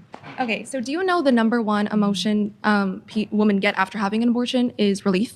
Are you referring to the Turnaway study with that Yes, information? I am. Okay. So the Abortion said it was the right decision. However, critics argue the study was flawed as many participants declined interviews and contradictory data was overlooked. Turnaway study has been heavily debunked because it's done by those that support abortion, and they said they were going to follow 1,000 women to see if there was an abortion regret after their abortions. Only 150 women would complete the study with them. The rest of them dropped off, some of them struggling with issues maybe connected to that abortion, but only 150 completed it. So that's a survey of only 150 women. And again, I think we need to look at women at large and their experiences. And there will be some women who say, well, I feel great, I'm good, this is good, I don't regret it. And then there's a lot of women whose stories aren't being told. But you don't look at women at large with their experiences. That's what we do. And those women deeply regret their abortions. They feel scarred by their abortions. Some of them suffer mental health issues afterwards. That's not true at all. 95% of people who got abortions said it was the right decision. You're for them referring in to the long term. Turnaway study, which is That is only a following statistic. You could search that up. I think it's better to look at a study like the Medicaid study in California. 200,000 women, not 150 women doing a study with a pro-abortion group. It was a California 200,000 survey of women. Of those that had abortions, they were 150% more likely to commit suicide than those that gave birth and did not have abortions. In Finland, there were 2 studies done of women there that found that women who had abortions had a higher likelihood of committing suicide than women who did not have abortions. People deserve to know this. I need to pay better attention to what she's saying here. Interesting. California, 200,000 women, not women deeply regret their abortions. They feel scarred by their abortions. Some of them suffer mental health issues afterwards. That's not true at all. 95% of people who got abortions said it was the right decision. You're for them referring in to the long term. Turnaway study, which is That is only a following statistic. You could search that up. I think it's better to look at a study like the Medicaid study in California. 200,000 women, not 150 women doing a study with a pro-abortion group. It was a California 200,000 survey of women. Of those that had abortions, they were 150% more likely to commit suicide than those that gave birth and did not have abortions. In Finland, there were 2 studies done of women there that found that women who had abortions had a higher likelihood of committing suicide than women who did not have abortions. People deserve to know. Had an abortion had a threefold risk for suicide compared to non-pregnant women. Okay. Women deserve to know this because when they have an abortion, that's a huge life-altering decision, not just for ending the life of a baby, but it's life-altering for the woman. It is life-altering for the woman because, pregnancy is a big deal. Having a baby is very, very expensive. And if you're willing to put survivors, children on top of that, and the shame that they have to go through, forcing an 11-year-old to go through a pregnancy, and yes, they're not forced to be a parent, but the adoptive and foster care system. So I really like that Medicaid study that she points out, the one that was done in California with the 200,000 participants, that they are 150% more likely to be at suicide risk, whatever she said there. I do find that interesting, and I do think that that's a reasonable correlative thing to consider. However, the thing that I would want to pay attention to there is so the thing that she's assuming right off the bat is that the process of committing the abortion is what increases the suicidality ideation in those women that have gone through the survey. When that hasn't really been established, I would want to I probably want to actually look at the study directly, but I would wonder how much of that comes from the process of the abortion itself versus the stigma that's associated with that, the religious guilt that comes with it, and the cultural pressure that other people will make it. Like, you can't deny that there is a lot of that pressure and there is a lot of that stigma. Anybody going through that situation, regardless of how they feel about whether it's a fetus or a human life, would feel negative pressure from religious groups and the cultures that they exist in, because that's who they interact with on a daily basis, right? That those are the people that they are families with. And so what I would need to see is whether that correlation is causative or just implicit. What would the word be? Just, like whether it causes it or whether it's just a coinciding factor. Systems are very, very broken. So my friend Liana Rebolledo, she was brutally in a gang at age 12. She went to the doctor. She found out she was pregnant. She had severe mental health issues, suicidality from the trauma of the rape, right? She goes to the doctor. The doctor says, you're pregnant. And the doctor says, do you want an abortion? And she says, will the abortion take away the trauma of that? the horror I feel in that's my her body. choice, though, but and that's the her doctor choice. said, let me just finish what she said. I'm And the sorry. doctor said, no, How young was this girl? You said like 14, 12? Children on top of that, and the shame that they have to go through, forcing an 11-year-old to go through a pregnancy. And yes, they're not forced to be a parent, but the adoptive and foster care systems are very, very so broken. my friend Liana Rebolledo, she was brutally in a gang by at age 12. She went. So age 12, and she specifically asked the doctor, will the abortion take the trauma away? Yeah, sure she did, Rebecca. I'm sure she said that exactly. Even if she did, that's not sufficient reason for me to say like, oh, this, you know, we shouldn't do an abortion because it won't take the trauma away. Or whatever. This person's already going to be traumatized regardless. The abortion is a separate factor from that. It can also cause its own trauma. Sure, we can debate that, but regardless of whether this person, let's say they went through that experience and did not end up pregnant, they are still going to be massively traumatized. And what's going to help process that and take that away is not, you know, an abortion. It's going to be therapy and medication and support from family members. And like I don't know why she's linking these two things together. Well, I'm sure it's because she already has this preloaded decision that there's a moral weight behind abortion. But she hasn't established that there's a connection there. To the doctor, she found out she was pregnant. She had severe mental health issues, suicidality from the trauma of the rape, right? She goes to the doctor says you're pregnant, and the doctor says, do you want an abortion? And she says, will the abortion take away the trauma of that? The horror I feel in my body. But that's her choice, though. But that's her choice. And the doctor said, let me just finish what she said. And the doctor said, no, it will not. He was honest with her. And she said, why would I take the life of this baby because of the trauma that I... Not everybody will It's a belief, but it's also a fact that it was a human being inside her. It was an innocent third party because of that. So that was perpetrated upon her. Thank you. Nice to meet you.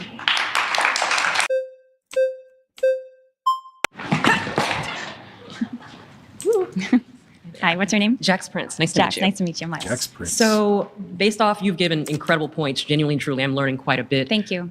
So, for the people that you say have the abortion young, how old do I look, out of curiosity? Don't care.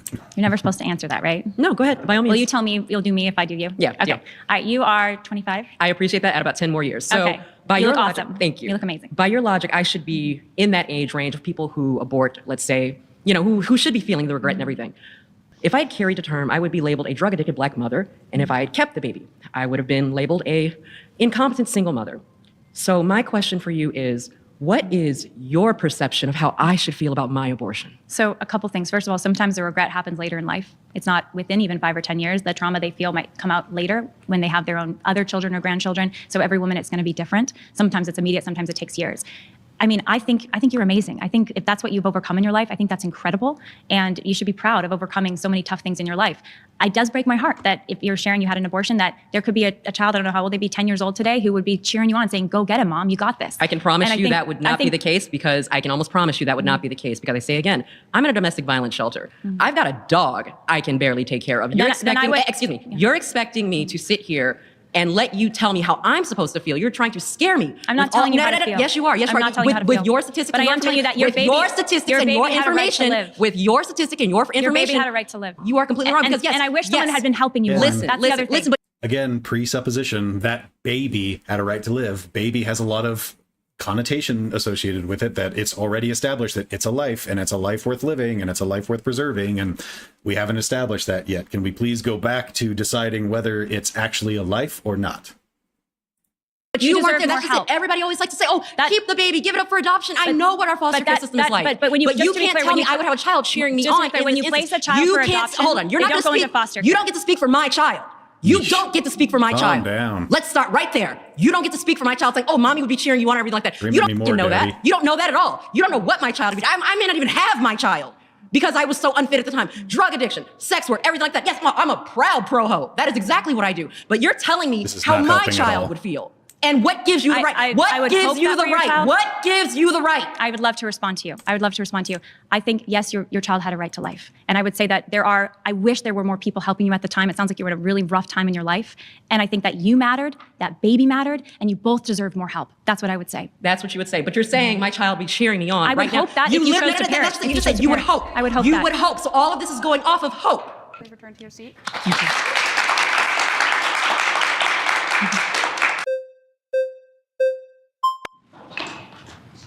Hello, what's your name? Miriam. Miriam, nice to meet you. Nice to meet you. So I just want to start off, and you're saying that a lot of women have abortion regret, right? So I'm going to tell you about what happened to my best friend's mom. She had a late-term abortion, which I know you don't find morally acceptable, but How her far baby, along was she? I'm not sure the exact week, but she was told that her child would not live for more than 1 hour. However, if she gave birth to that child, she would never be able to have children again. That is literally what they told her. I'm so glad that she was able to get an abortion because my best friend wouldn't be alive if her mother wasn't able to have an abortion before she was even born. So I just yeah, there are some women who regret abortions, but we shouldn't just ban all abortions because of some of those women regretting it. So there are many women. I'd love to respond. I've heard so many stories of medical professionals who tell the woman, you have to have an abortion, X, Y, and Z is their opinion, right? And then I talk to many other medical professionals. If I can finish, I talk to many other medical professionals who say, if you have a high-risk pregnancy or there's a disability that the baby has, there is healthcare for you to protect both your life and the baby's life. That's what women deserve. They don't deserve to be told by the abortionist or the doctor, just kill this baby. That's the solution, have the abortion. So we can do better for both the mom and the baby. I don't think that that's what they were told. I think what is probably happening realistically in those situations is this is like if she's in a late term like that, right? It's not that she's like just randomly at an abortion clinic and talking to the abortionist or whatever. She's talking to a doctor who has been through her, prenatal pregnancy or whatever for the last few, however long it's been, weeks, months, whatever. This is something that they've probably been discussing. They've been talking about the baby and health complications and this and that. And the way that it was probably portrayed was, hey, we've discovered that there are going to be issues with your baby. They probably won't live longer than a week. And if you do have this baby, you'll never be able to have children again. Obviously, there's no 100% statistic. There's no way to say this with absolute certainty. We don't have a crystal ball. We do the best we can with the medicine and the statistics that we have. That is just a difficult, hard situation and decision for anybody to be in. It is absolutely not a situation where there's just some, doctor that like, oh, it's fine, just snip it. Like it's whatever. It's not going to be a problem. This is so easy for you. You're not going to regret this later. Any doctor that I've talked to and that I know is very much in tune with the people that they're talking to and being supportive and understand, like talking to them and saying, hey, I understand that this is going to be a big decision for you. Take some time, talk to your family about it. Let's come to it's rarely ever a situation where it's like, we need to do something now, or, you don't even need to worry about this because it's not even a real life to consider. And this is a heavy and hard decision for everybody to make through. So the narrative behind it, I think, is somewhat false. Dr. Anthony, just as an example, Dr. Anthony Levatino, he worked with tens of thousands of high-risk pregnancies in upstate New York, dealing with these very high-risk pregnancies. He said in the number of pregnancies where we had to do an abortion was 0. Sometimes we would have to do an early delivery, but we would never have to intentionally kill the baby to deal with the health risk for the mother. Yeah, so one doctor says, oh, we actually had to do 0. Like that's better, shoulda, woulda, I guess, right? Like, again, we do the best we can with the statistics that we have. If the science and the medicine shows that there's a likelihood of something happening, then that's what we base it off of. But it's still, it's possible for a gambler to go into a casino and play the slots and be told like, hey, statistically, you're going to lose like crazy and but for random chance or whatever it happens to be, their particular, pull of the slot, they make millions and they do it again and they do it again. Like it does happen. So correct. And so as an example, your friend, right? You said she had a late-term abortion because her baby had a health issue and was going to die, and then otherwise she would have an issue. The doctor, and Dr. Anthony Levatino as an example, could have done an early delivery to give that baby a chance at life instead of intentionally killing that baby in utero. I don't understand how you can sit here across the table and tell me what who fight for both the life of the baby and the mother. Tell me what my best friend's mother could have had done to her. She deserved better medical care. She deserved better medical care than what she was told. That it was unfair and wrong what she was told. And she wasn't given a choice. She was given a choice. No, they told her you're going to die. They told her you have to have this abortion. That's what they told her. Informing her medically, she cannot deliver children if she had not had that abortion. Did you know so why do you think that she should have a just to be clear, in a late-term abortion, you have to remove the baby, right? Yes. And what is the difference between a late-term abortion where you remove the baby dead and an early delivery where you can remove the baby alive? One is an abortion and one is a life-saving act. What she deserved was a life-saving act for both her and that baby. And an early delivery could have been what she needed. I agree because she wanted that child. I don't necessarily know that an early delivery would have saved that baby. I still think that they'd be in the same situation there where the baby might live for a week. We don't know. I mean, that would have to be a decision between you and your doctor, and they'd have to go over the risks and the possibilities there because I think that any woman given that decision would probably say like, oh, maybe we'll have the baby early because it's a late term, and as long as it doesn't, pose significant risk to myself, like let's go ahead and do it. If it does pose significant risk to the mother, then again, hard decision to make because it's you weighing your life with something else that you might consider has a life, and not nearly as cut and dry as you might say that, oh, all they had to do was an early, pregnancy and it would have all been fine. Easy answer. Like, no, not at all. And that's why it's devastating that they told her that. But it's wrong that they told her however, that. no, but they were right. No, how can you say that when there are Because I know thousands of medical, there's I thousands know of what medical was professionals wrong. who say that abortion is not medically necessary. It's not my opinion. It's thousands of medical professionals who say that. That's time. I appreciate that, but you're not a doctor and you weren't her doctor. There's thousands of medical professionals who say you can care for both mother and That's baby. fine, but it's you. Can doctors be wrong? Doctors can be wrong. Can you be wrong? Could her doctor have been wrong? My next claim is abortion cannot be justified under any circumstance. Hi, great to meet you. Lila? Nice to meet you. What was your name? Mason. Mason, nice to meet you. So a couple things. First, correct me if I'm wrong. I'm going to make a lot of assumptions about your organization. I don't know the specifics. But when you say alternatives to abortion, I assume that you're saying philanthropic assistance when it comes to helping people with pregnancy or start families. Is that true? Yeah, promoting options that are not killing the baby, basically. So okay, well, that could be without that moral parenting language, the baby, adopting the baby. Yeah, and I think that's valuable to a lot of people, especially if they don't have the economic means in order to start a family. So I want to commend you on that. Yeah. When it comes to the policy proposals that you propagate as an organization, I would say that those don't help anybody, especially when it comes to just adding punitive measures. Are to you either familiar women. with our policy proposals? Because we support making birth free. Do you support making birth free? Yeah, I think that'd be great. Do you support access to contraception? We support more cash credits for families who have kids so that they can invest back into their families and better take care of their kids. So part of what we do on the public policy side, it's smaller than our educational efforts, is supporting I won't just criticize all of pro-family the policies then. I'll specifically criticize the ones that are punitive measures against women or against doctors who are facilitating this type of reproductive health care. That's not something that's going to help people. Here's a question for you. Unfortunately, and I'm assuming that there's a lot of ideological similarities with a lot of other conservative movements. So when it comes to things like gun rights, what I hear so much from conservatives are guns are something that's a necessary evil. If there was a world where we could get rid of all guns, that would be awesome. It's just one thing where there are going to be bad people with guns, and in order to counteract that, you're going to need good people with guns. And I would say the same thing for abortion. I think in an ideal world, we wouldn't have any abortions. Unfortunately, the reality of the situation is it's going to exist, whether or not that it's legal and can have safe actual procedures, or it's going to happen in the alleyways where it is going to damage women. So to continue to advocate for punitive measures, and I'll let you speak after this, I think that does more harm to women at large than it does to help protect the unborn life.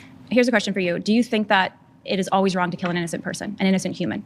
I would say the intentional killing of somebody who is innocent is something that we should advocate against. What I will say, though, is so the what rights... is an abortion in your view? One sec, I got to finish my point. What I will say is the rights of people's bodily autonomy is something that supersedes the preservation of life, especially when it comes to the government enforcement of that. Do I have the right as a mother to kill my child? So I think there are two ways that we determine what rights are in a society, right? It's either we all have rights, and then we decide as a society that there are some actions that we need to restrict just because we live in a social world, or we have no rights, and we just have the grace of the government that grants us some rights. I have a question for you, What I would start is, I think that we do have all rights. I think that we restrict things that would be unnecessary and bad. I wouldn't count somebody's rights to their own bodily autonomy as something that we need to restrict. So it sounds like you're making the argument that dependency means that a mother should have the child to end the life, should have the right to end the life of her child. I wouldn't say dependency because I'm sure the child's dependent on her body, right? That's what you're saying. I'm assuming you're going to go into like a toddler is dependent in order to be fed by their parents. A newborn is totally dependent on their parents, but it doesn't rely. We can never end the life of a newborn. I know, but it doesn't rely on the specific bodily functions of somebody. But it fully relies on the functions of everybody else. Well, no, because you can opt out. You can give that to an adoption agency. A newborn baby relies on the functions of other adults, for sure. But it doesn't have to deal with that biological mother. The mother can't put it up for adoption if they don't have the means in order to take care of it. Let me make sure I say it back to you. You're saying the biological mother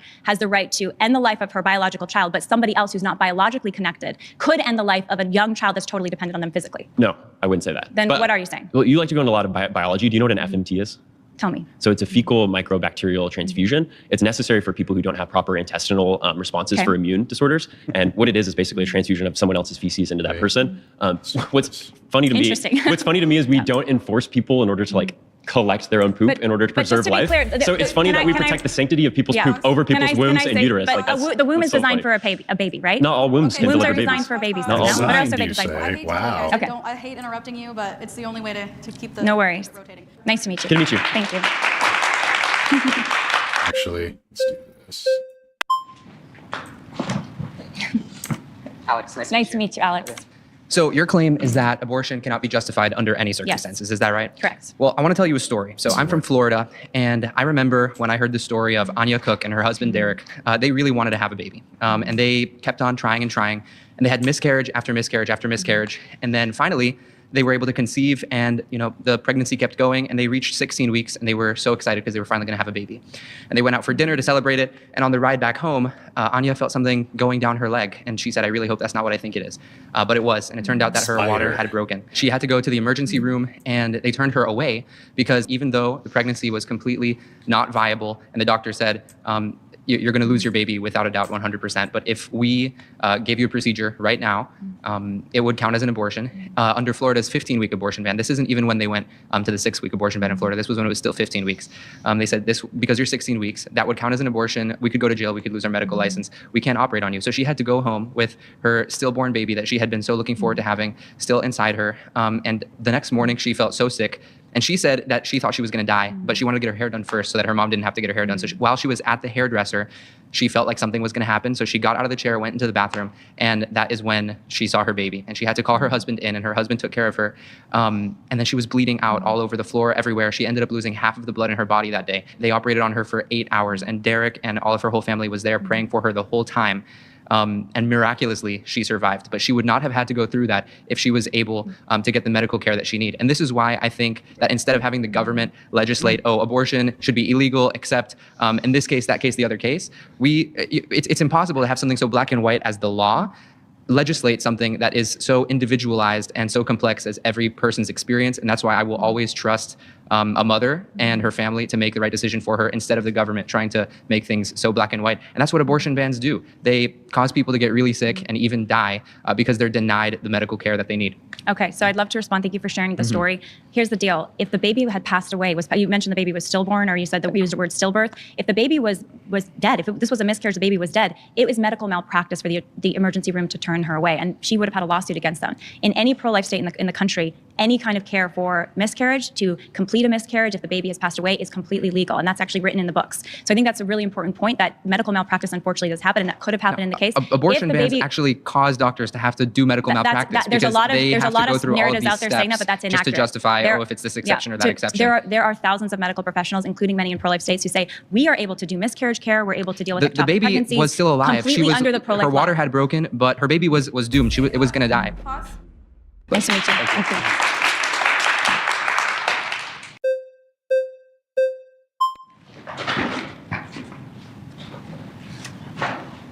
Hi, my name is Dana Pellavan. Dana, nice to meet you. So I am the executive director of one of the oldest rape crisis centers here in the nation. And one of the things that I need you to understand is that abortion care is health care for survivors. It also gives them the options that they need in order to move forward after they have had so many choices that have been taken away from them. So let's remind ourselves that most women who have been assaulted know they're assaulters. 1 in 20 women who have had pregnancies that result from assault. In addition, 1 in 4 women have had abortions. So these are women who are making these choices because they need to make these choices. And when you say to someone who has already had choices taken away from them, that in addition to, I have had my body violated, I have had my choices taken from me, that I then have to carry a child to birth and then have my life put in danger, and reminding ourselves that as a black woman, I have a higher rate of death in our society just by birthing. So I'm putting my life in danger just to carry a child that has resulted from an assault. So you cannot tell me that there is no circumstance where I don't make that choice for my body and for the tissues that are in my body. There is always a space for me to make a choice for what is going to happen to my body. I'd love to respond, if I may.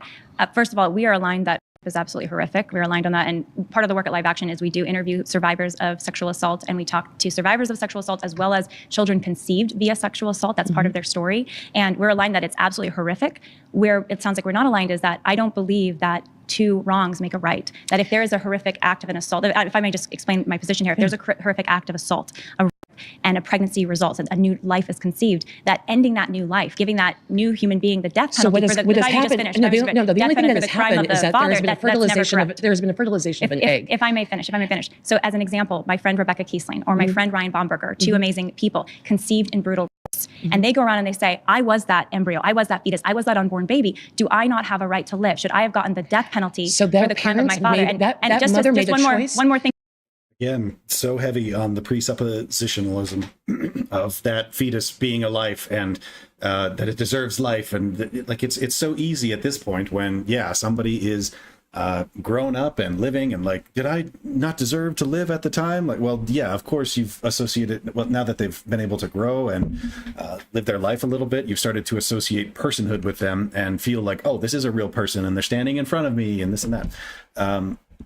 But you haven't determined, again, whether that fetus is actually a life and is worth it, which is why the statement that she made that abortion can never be justified under any circumstance, that has to come from a presupposition of moral grounding, where they indicate that, life begins, or rather personhood begins at conception, and it is immoral to end personhood.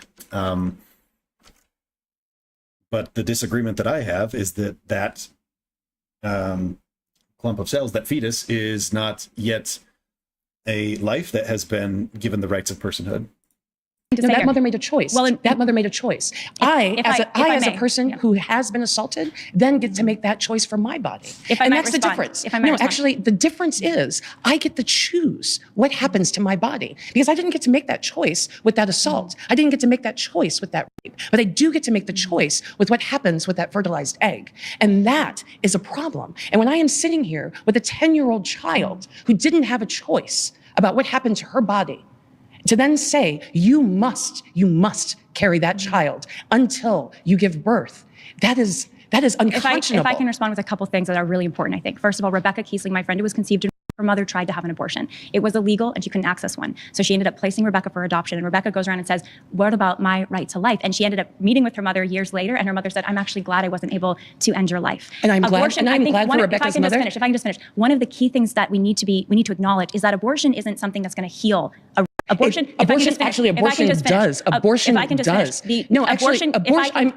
love to respond to you. I'd love to just have a moment. Abortion can add trauma. It's another act of violence. It does not add trauma. Birth can add trauma. Having a child out of wedlock and without economic certainty and no support can also cause a lot of trauma. Like, are you just going to completely ignore that? Completely ignore that? It's as if she's implying that, one decision is horrible and terrible and so hard and it's going to cause you more problems, and the other decision is just easy and correct and fine. Like, no, both decisions are really hard and can be devastating for any person going through them. You really should discuss both sides if you want to see this clearly. And again, we haven't decided, we haven't come to a consensus on whether it's actually a life or not. Evidence that abortion adds trauma. If I may respond, in the state of California, 200,000 Medicaid patients, women, 150% more likely to commit suicide for those that had an abortion, if I may just finish, than those that gave birth. Like, all she really has, in my opinion, is a bunch of statistics and stories and surveys to support the idea that healthcare and child rearing and abortion is difficult and hard and complicated and can cause issues for people and be difficult. It does not directly demonstrate or show that abortion even in and of itself is a negative thing and a scar and unethical, any of those things, really. There is no psychological evidence. There have been a lot of studies that have been done that show that abortion can be profoundly traumatizing. There is actually correlation to the trauma of having to carry the birth to term. There is correlation to the trauma of the stigma I think early of delivery abortion. might be the right decision, because keep in mind, what is an abortion? It's the forced birth of a dead fetus or embryo. An abortion is the forced birth of a dead baby. An abortion is an actual medical procedure to remove tissue from your body so that you What kind of tissue is being removed in an abortion? Fetal tissue. Of what? Of what? Of a what? Of a fetus. Of a fetus. And what is a fetus? A fetus could grow to be a live birth. So is a fetus alive? Not necessarily. If the fetus is dead, why do you have to have an abortion? Well, you have to have an abortion to remove the fetus from your body. If the fetus is already dead, I have no problem with removing a dead baby. If the cancer is dead, why do you have to have not a biopsy, a removal of it? Why do you have to take it out? That's ridiculous. Nobody would use this argument in other circumstances, like a cancer patient. That's preposterous. Like, if a tumor can be benign, a tumor can be non-living and still cause you health issues and harm. And even if it doesn't, you have the right to decide, I want this removed from my body. I want to take this out. It's doesn't have it's not a person, doesn't have rights to life. It's just a tumor. I want this removed. It's a clump of cells. You're talking about the same thing there, and you would not use that argument in that same circumstance with the tumor. But if the baby's alive, what is the fetus alive when you're doing an abortion, an elective abortion? So sometimes the fetus is not alive when you do an elective abortion. So we would agree that would be a miscarriage, and we are no, both fine with that absolutely if the not. baby has already passed away. Absolutely not. So Because there just to are be clear, times. I am only against an abortion that is intentionally taking the life of an innocent human. Thank you. Thank you so much.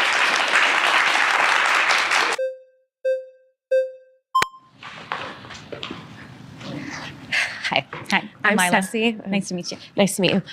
So your claim is that there's no right for abortion under any circumstance at all, which obviously I disagree with because... And I'll just define abortion really quick, just for clarity, because it was... You don't really need to for me. The intentional killing of a living... Whatever you want to call it. I don't disagree with it. Anyway, so my point though is that there should be exception. I mean, I think you should be able to get it if you want one, but under any circumstances, for the 10-year-olds that are raped, which that 10-year-old in Ohio who was raped by her father, then was told she couldn't have an abortion, had to go to a different state. So you're more than comfortable with holding down a 10-year-old once again to make her do something with her body she doesn't want to do.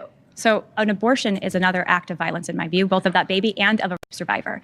I think this view that we have that abortion is somehow going to heal Even a if rape that 10-year-old survivor is crying and begging you, I don't want to give birth, I don't want to carry it for 9 months, I don't want to be a mom. I think she deserves the best support and care. She needs to be taken out of that abusive situation. situation. Health care, in this case would be an abortion. But we can't take the life of an innocent child. I think in that case, an early delivery. If I can just finish. No, you're affording more empathy toward a zygote more than you are a living, breathing 10-year-old who just went through something seriously traumatizing. So your empathy is in a place I don't understand. If I can respond. Now you can, absolutely. So is absolutely horrific. Incest is absolutely horrific. We are completely aligned on that. We need more penalties for abusers.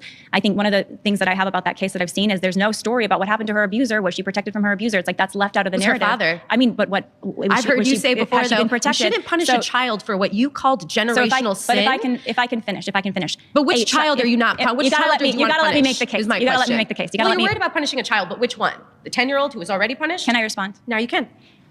In a case of incest and there's a new life that's been conceived, there's another human being now we're talking about. It's not just the abuser and the victim. There's another potential victim. There's a zygote. And we need to care for both. They're both human beings. And in the case of a very young girl who's been the victim of a horrific assault, the idea... You want to hold her down again. The idea, well, in an abortion, you're literally held down and you have to submit your body to an act that will deliver she would a want forced to have child. done Well, you're rather speaking than the for her. other. You're speaking for her right now. We're talking about the 10-year-old who wanted to get that abortion. But the point here is that there are human rights now in play for an unborn child and a born child. They both have rights. And I think the medical care is very key, as well as the counseling and the support that she deserves. And probably an early delivery would be what would be necessary to protect her health and to make sure that the baby would have a chance to live. But at the end of the day, you don't give the death penalty to the baby because they were conceived by a rapist, because their father is an abuser. We don't even give the death penalty in this country to rapists. Were you aware of that? My question for you can't even get the death penalty for.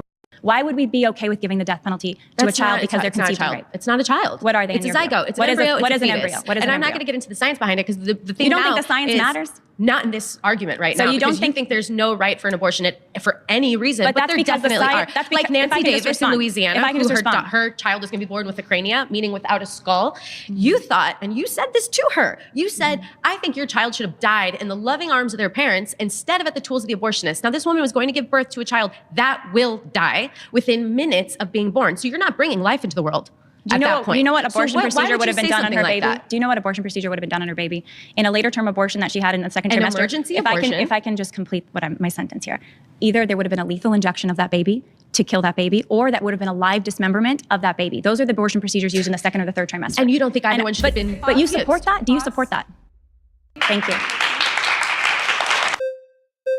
I don't support second or third trimester abortions unless there is, health risk to the mother or complications, ectopic pregnancy. I think by that point, it is close enough to human life that it does get conferred the rights of personhood. Hello. Nice to meet you. Nice to meet you too. You're very brave. You are too. So I would like to ask you, so I believe in abortion at all levels whenever the person chooses, but I would like to ask you why you think the Where is this attention coming from? and responsibility and all the shame that you guys give to people that get abortions instead of the father. Like, why are we spending so much time on punishing the woman or the person that got pregnant and not the person that made them pregnant when they can control when they ejaculate? Women can't control when we ovulate. So really, if you want to have responsibility, it should be with the person who fathered the child. Birth control. I think you're totally right that men bear equal responsibility for any pregnancy. And I would say it's equal. It takes two to make the baby. And I think not men, always. Sometimes you get held against your will. Well, in that case, yes, it's even more horrific, and the man not only is responsible, but he should be put in jail. I mean, that's even a horrific situation, right? So we're not used your efforts for that. But I think, I'm not sure how familiar you are with our work, but a lot of our work includes reporting on women who are being coerced into having abortions by men who would not take responsibility for that baby that was conceived. But that's completely because separate a lot argument of men, especially abusive men, they see their subject of abuse, that woman, if she gets pregnant, or that girl, if she gets pregnant, they see that as something in the way of them being able to continue to abuse and use her. They don't want her to be pregnant. And so one of the research reports that we've done, it shows that in the life of a sex trafficking victim, she'll have up to at least one and up to multiple forced abortions in her life because her pimp doesn't want her to be pregnant because he can't monetize her, basically. So this is some of the horrific underside of the abortion industry, that they actually profit off of coerced abortions, but again, you're shaming rape-based women, abortions, you're shaming trafficked people victims who are abortions. pregnant and not the perpetrators. What do you mean by shaming? You're Just the to be one clear. saying that women or people that are get pregnant are not making decisions that are right for their own bodies. You're empathizing them, and then you're also not putting responsibility on the people that actually caused the situation. Well, if it's a rapist, I think we're probably in full agreement that they should be held fully criminally responsible and put in jail for the rest of their life, in my view. It's fun to say that, but the conservatives do not act like that. They act like it's entirely women's responsibility. Well, I can only speak for myself here and my organization. And we work with liberals, we work with conservatives, we work with Republicans, we work with Democrats. So we're a nonpartisan organization. It's nice to meet you. Nice to meet you. Hey, before we go any further, these debates can be so frustrating. Like, that whole conversation to me felt like we're arguing about what kind of horse we want to pull the cart when we haven't even decided, why do we need a cart? Why are we using this? I don't want to use a cart. Why do you want a cart? Like, that's pointless. That's ridiculous. And yes, it's a crime and should be seen as such, and there should be pressure put on both men and women's side, because yes, it does take two to make a baby. I think there are varying degrees of responsibility there. Like, for example, women have to carry the baby to term and physically sacrifice a lot more to bring a child into this world, versus a man. At first, yeah, they ejaculate, that's it, and then later maybe there's a financial responsibility as mother helps to rear the child or something. So there's there's varying levels of commitment and support at different levels of the pregnancy and the birth of the child. But yeah, sure, let's hold both of them accountable. But again, at what point does that clump of cells, that fetus, become a human life that is worthy of personhood and rights to life and protection? we want to take a moment and leave it out in the essence supported by. Claim is. Thanks again to Straight Arrow News for partnering with us on this episode. Now let's get into it. My next claim is every unborn child has the right to life. Again, reloading. You called it a child, which kind of comes with the loading of it's a life. It is a child. It's already been given the rights of personhood, and is just there's a lot of normative loading there. I don't like the presupposition at all. All right. Nice to meet you. What's your name? Adam. Adam, nice to meet you. Likewise. So when you say a child, I feel like you're kind of like preemptively loading the prompt with a lot of emotions. A child implies a person, and I don't believe personhood begins until around 22 weeks of gestation, when, if you want to get into neuroscience, the thalamus connects to the cortex, and the brain finally has a capacity to support a subjective experience. Smart so dude. Why do you think that a fetus at 10 weeks, 8 weeks, for example, that has no capacity to be self-aware, to experience pain or anything else, should be valued equal to the bodily autonomy of a woman? Okay, so a few questions for you to get to answer that. Yeah. Do you believe that a human fetus is a human? It's a human, yeah, sure. Okay. Yeah. So your argument is that some humans don't have human rights, because my argument is that every human has a human right. Sure, and this is first again, right is life. this is getting into semantics, like the colloquial way we use the word human versus maybe a more scientific way. So obviously, a fertilized egg and beyond has human cells. The question is, when we talk about protecting that life, when does it become on the same level as the life of the mother who has bodily autonomy? And the answer there is 22 weeks, because again, prior to that, there's nothing. The car is on, but there's no driver in the car, and you don't apply traffic laws to an empty car, right? There has to be a subject present. It can't be a something. It has to be a someone. So does a newborn baby have the same capacity, brain abilities as a 3-year-old? No. And does it has the same capacity for consciousness, though, because the thalamus and cortex are connected. So you're defining human life as consciousness. That's your definition. Yeah, of the human ability life. to have a subjective experience, consciousness, sure. So if someone is unconscious, are they no longer a human? They still have connections with their thalamus and cortex, whether they're under general anesthesia, whether they're asleep, whether if they're in a coma. you would say they're still human. They still have the neural So pathways connecting those parts of the brain. if you're an unborn child before you've developed your brain fully, right? Because we all started life Sure. before our brain was developed, right? Sure, And then eventually, after a few weeks, we would develop our brain and then develop more capacities with our brain. Yeah. But that child, before it has developed its brain, has the natural capacity for a brain, because that's what will happen if no one kills that child. When you say first. before it's developed a brain, do you mean prior to 22 weeks? Prior to 22 weeks. So- And there are parts of, a lot has happened in the brain activity even before 22 weeks, as I'm sure you know. Sure, but it's So- not sufficient to support a subjective experience. And when you talk about prior to 22 weeks, I would agree a potential life has some value, but it's not equal value to an actual person who has a right to bodily autonomy. If 200 years in the future, thanks to like medical technology advancements, we can safely remove an 8-week fetus from a mother, respect her bodily autonomy, and protect the fetus, I don't think anyone's going to call for abortion in that situation. But the reality is, respecting her bodily autonomy typically is mutually exclusive with keeping that pregnancy. So make sure I'm tracking your argument here. You're saying that before this specific moment when there is a certain level of brain development, because the brain has begun certain developing connections before. between brain regions. And why for you is that the level of humanity? Why for you does that give that person human rights? Because that includes anyone we'd want to include, people that are asleep, people that are under general anesthesia. And if they have people, a brain developmental disorder where they're Yeah. missing part of their brain, and so Like those anencephaly, connections, for example? and those connections aren't there, would you say Yeah. they're not a human anymore? they'd still be a human. And like I said But earlier, they don't have those brain connections that you're talking I'm about. talking about personhood versus being a human Well, life. that's what I'm talking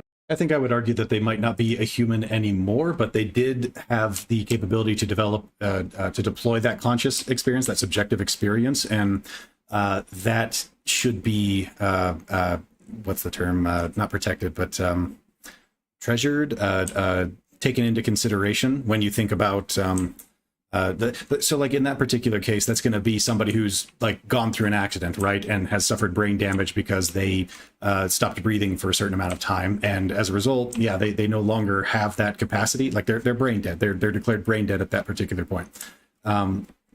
And usually in those cases, it's either, well, I guess it depends on who you talk to. I would argue that in those cases, there is no chance that person is coming back, right? Like that's it, they're gone. I'm sure somebody out there has statistics that seem to indicate that, like, no, sometimes they do come back and we should value that life because of that. That's a really crappy situation to be in and a really hard decision to make because of the fact that we just don't know.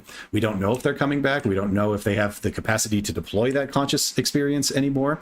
So, you know, the family members or the ones given the legal right to make that decision have a hard decision to make of whether we let this person pass on and what the remains of this person, I guess I would argue, pass on and become physically dead as well as brain dead, or whether we hold out hope and we wait and we see if they can redeploy that conscious experience.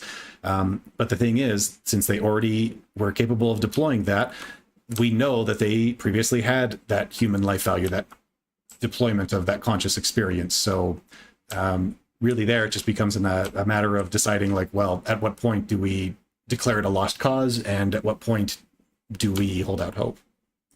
about too. Yeah. So I'm saying. So I want to be clear with the terms here. When you say they're a human, I'm agreeing that even a fertilized egg is a human, is it a person that should be given equal So are you saying that a protections to person with a woman? brain developmental disorder, like a significant So like developmental you're talking about disability, anencephaly, for example? As an example, that they Yeah. would not be a So person as I in your said, view? It's okay to kill that person? Well, no, that's not what I'm saying. Then what are you saying? As I said earlier, when there's a potential life, a partial life, you still give it some value. You have to take reasonable steps to protect it. If someone's So born, what steps would you give it to if protect someone's born with anencephaly, there's no conflict there between the bodily autonomy of a woman and the person with anencephaly. The reason you do an abortion is not like, oh, I want to kill this fetus for fun. There's a conflict between the woman's bodily autonomy and the fetus developing. So if you're- there's some way to resolve that and respect both parties, that would be great, but we don't have that kind of medical technology So right now. the pro-life position is that if you are a human, you have human rights, regardless of how developed your brain might be, because some people have severe developmental disabilities, and that doesn't make them less of a human, or they have Sure, less. I never said that it does. Well, your argument actually infers that it does, actually, because it's saying that this particular level of developmental ability that your brain may have gives you Which exists, by the personhood. way, in pretty much anyone And- other than people with but anencephaly, our and those po- people usually die in a couple days. But is it okay to kill that person before no. they die naturally? If Because of they're it, still in because the they womb- lack this. if they're still in the womb or after birth. But what if they're okay? Let's take your scenario. What if they're Yeah. after birth and they lack the specific connections that you're saying defines Sure, personhood? they only have a brainstem usually. Yeah, and they're after birth. There's a little Yeah. boy named Jasper. He lived almost, I think, 3-4 years, She with a loves severe the Jasper condition, a experience. developmental condition in his It's brain. not okay to kill that. But why would it not be okay to kill them when they Because lack the specific brain connection that the you're saying reason- makes it okay to kill the the baby at reason 21 that it weeks? makes the reason it's okay to kill the fetus prior to 22 weeks is not because it's just good enough itself. It's because it's the only way to resolve the conflict between the bodily autonomy of the woman and the fetus. If someone's born with anencephaly, their existence is not impeding on the bodily autonomy of anyone else. And then you want to take all reasonable steps to help that person, not harm that person. I think we agree on bodily autonomy to a degree, because I agree that I have bodily autonomy, you have bodily autonomy, but I think my bodily autonomy ends when another human being's bodily autonomy begins. Even before they're fully developed. Why does their autonomy outweigh yours, though? So it's not that it outweighs, it's that they're two lives. Like, it would not be right for me to be killed by you, right? I have a right to live. And similarly, if I had another body inside my body that was a developing human being, which is what pregnancy involves, right? Maybe one, maybe two, they have a right to live and to not be killed. So I don't have the right, even though there is a responsibility I now have. There a difference between a developing human being and a developed human being? Because I would contend that there is a point there where that cluster of cells becomes a living person and has that more or less the same rights to life as you do. I suppose there's still some gradual increase there. Like, so for example, just because somebody is born and is living, we don't confer them the right to, oh, you can get a license and you can drive. We wait until they're old enough to be able to do that safely and effectively before they can apply a license, right? So even then, there's still some discrimination that happens in people because it's necessary. They haven't developed to that point yet. But I do think that there is a point in embryo development where we can say, like, yeah, this is close enough to being able to deploy a conscious experience that we can declare that, yes, this is a person that is worthy of protection of life and has at least somewhat of an equal protection as the mother does. I would still argue that the mother probably has a bit more of a right to protection in that case, just because she is a currently fully developed human living being versus the embryo that is still in the process of developing. Like, I don't want to make it sound like, oh, the embryo is worthless or whatever. I still feel like there's, a decent comparison there, but the mother, in my opinion, still clearly outweighs the fetus in that case. They're using my body to develop. That's how we all behave in our life. But then that child still has a right to not be killed. Parents have natural. Why does that woman not have a right to still have her children. bodily functions kept intact and have like her bodily autonomy kept intact? When you can deliver the baby, deliver the baby. What is the don't womb abort designed for? What is the womb designed for? Like gestation? Gestation of what? The baby. Right. So the womb is designed for the baby. Okay. Nice job. Thank you. Nice to meet you, Adam. He was quite articulate. I enjoyed his conversation. Hello again. Hello. So my first question is, are you familiar with an anime or a manga series called Monster? I'm not. Tell me about it. In Monster, essentially you have a Monster. doctor, and this doctor has a choice. He has a choice to decide between either saving this young boy's life or saving the life of, I believe it's a sponsor of the hospital. The He Hitler chooses to argument. save the young boy's life. This young boy grows up to be the titular monster, worse than Hitler. Does that child have a right to life? Yes, every child has a right to life. Even if they turn out to be the most monstrous thing you could possibly produce. Even if, Yeah, monsters- even if their life means the life ending of everyone here. Does their life still hold? I believe true? monsters are not born, they're made. So Yeah, see, this is a pointless argument because we have no way of determining what that person will become once they do grow up and become something. Like that, you could argue it both ways. It's the same on its flip side. It's what the violinist argument or whatever. Like you shouldn't have an abortion on this alleged person because eventually they could become the world's greatest violinist, and you're depriving the world of that. And what a horrible thing to do! How dare you do that? It's kind of a pointless argument to have because again. We're presupposing whether this fetus is a human life or not. And on top of that, even if it is, we have no way of predicting what that is going to become. So what's the point of trying to use this as an argument one way or the other? So just because a child might eventually do something when they grow up and become an adult doesn't mean we have a right to kill them before that. I don't know what went on in their childhood or the choices that they made, but at the end of the day, everyone has a right to life, especially a child. They're innocent. Let's say this child grows up and their life is miserable to the point of where they would want to end their life. And that's going to obviously leave some kind of ricochet effect. Everybody's going to be desperately devastated by that.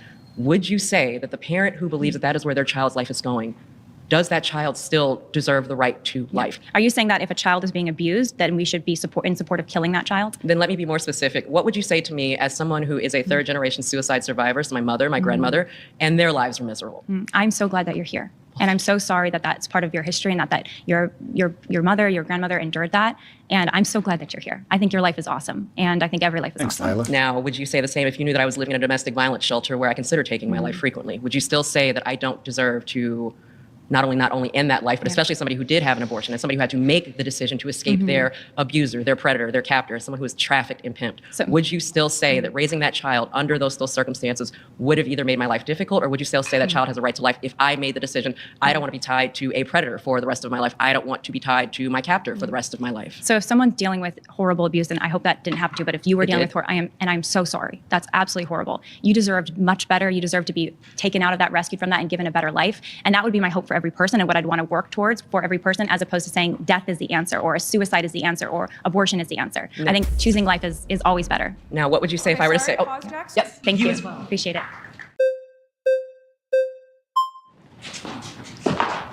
Hello. Hi, Whitney Shanahan. Whitney, nice to meet you. So first, I'm a mother. Awesome, congrats. And I know you're a mother too. Yes. And I think that as mothers, having our bodily autonomy, the right to control our own body and make our own decisions, especially when it comes to pregnancy, is paramount. And I think that calling an unborn child, an embryo or fetus, an unborn child, as mothers is disingenuous, and it is disempowering for us. I don't know how a child would fit in my uterus. It doesn't even really make sense.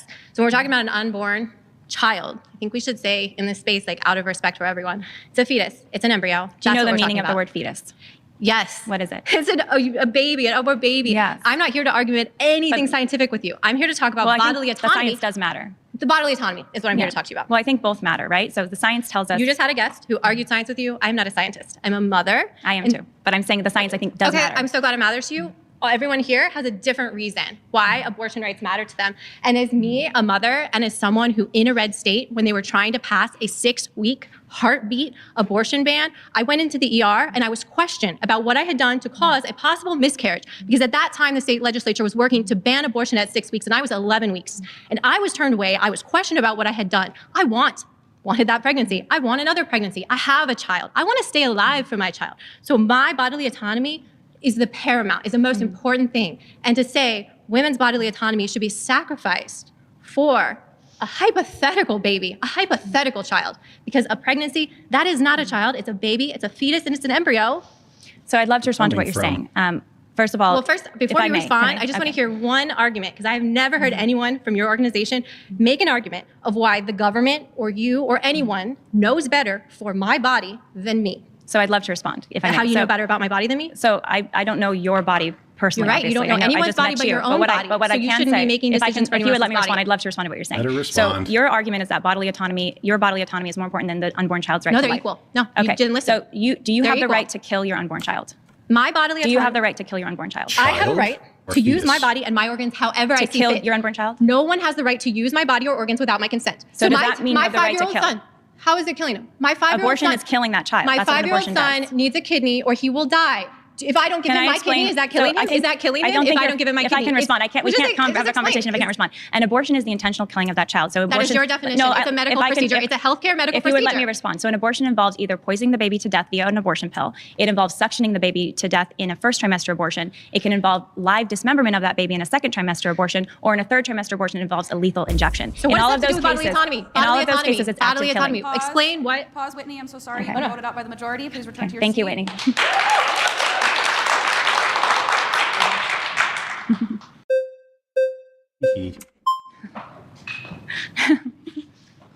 Hello. I'm Brianna. Brianna, nice to meet you. Nice to meet you.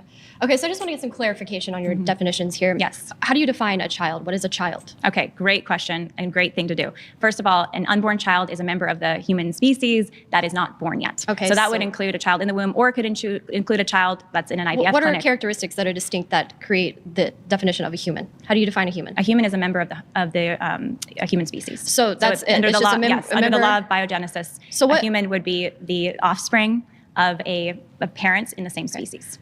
Okay, so what is the distinction between a human and other living organisms? And genetically, we might be pretty similar in some ways, but there's some key differences. what is the key difference? The human genetic code is substantially different than any other. Could you say species in maybe the world. a level of awareness is something that distincts us from just, let's say bacteria or plants or other I see. life I see what you're forms? saying. Yes, we have the ability for reason. We To have, have the ability, a conscious experience. Yeah, right. ultimately, human beings have a natural capacity to be able to reason and to be able to choose and love and do things Correct. that animals might have some. So you would say that's a they relate determinative to us in some ways, but aspect not of to a the degree that human humans being. have. That's what determines a human being, having awareness and a conscious experience. Well, I mean, animals That's have what you conscious just said, experience, right? You but said we have the that. ability to reason ultimately. Human beings have a reasoning, natural conscious capacity to experience. reason. This is what But that makes doesn't us mean just- distinct from other living but just to organisms be- like plants or yes, anything but just like to be that. clear, human So- beings have the natural capacity for reason, but they don't all have the active capacity. So a newborn baby doesn't have an active capacity for language, for reasoning, for making arguments that a maybe adult would. And similarly, we all know that an unborn baby is a human, even though Are it the can't speak blueprints yet, the it can't same reason. as a building? Like, are the blueprints the same as a building?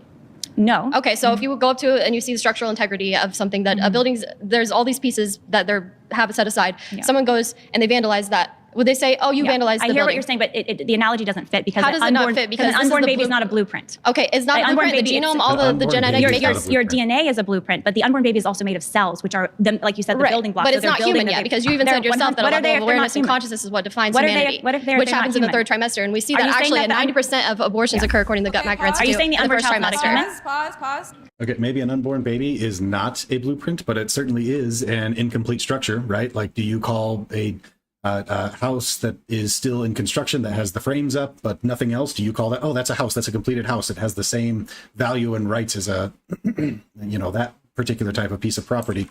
Sure, maybe they're not a blueprint, but it certainly is a structure in progress.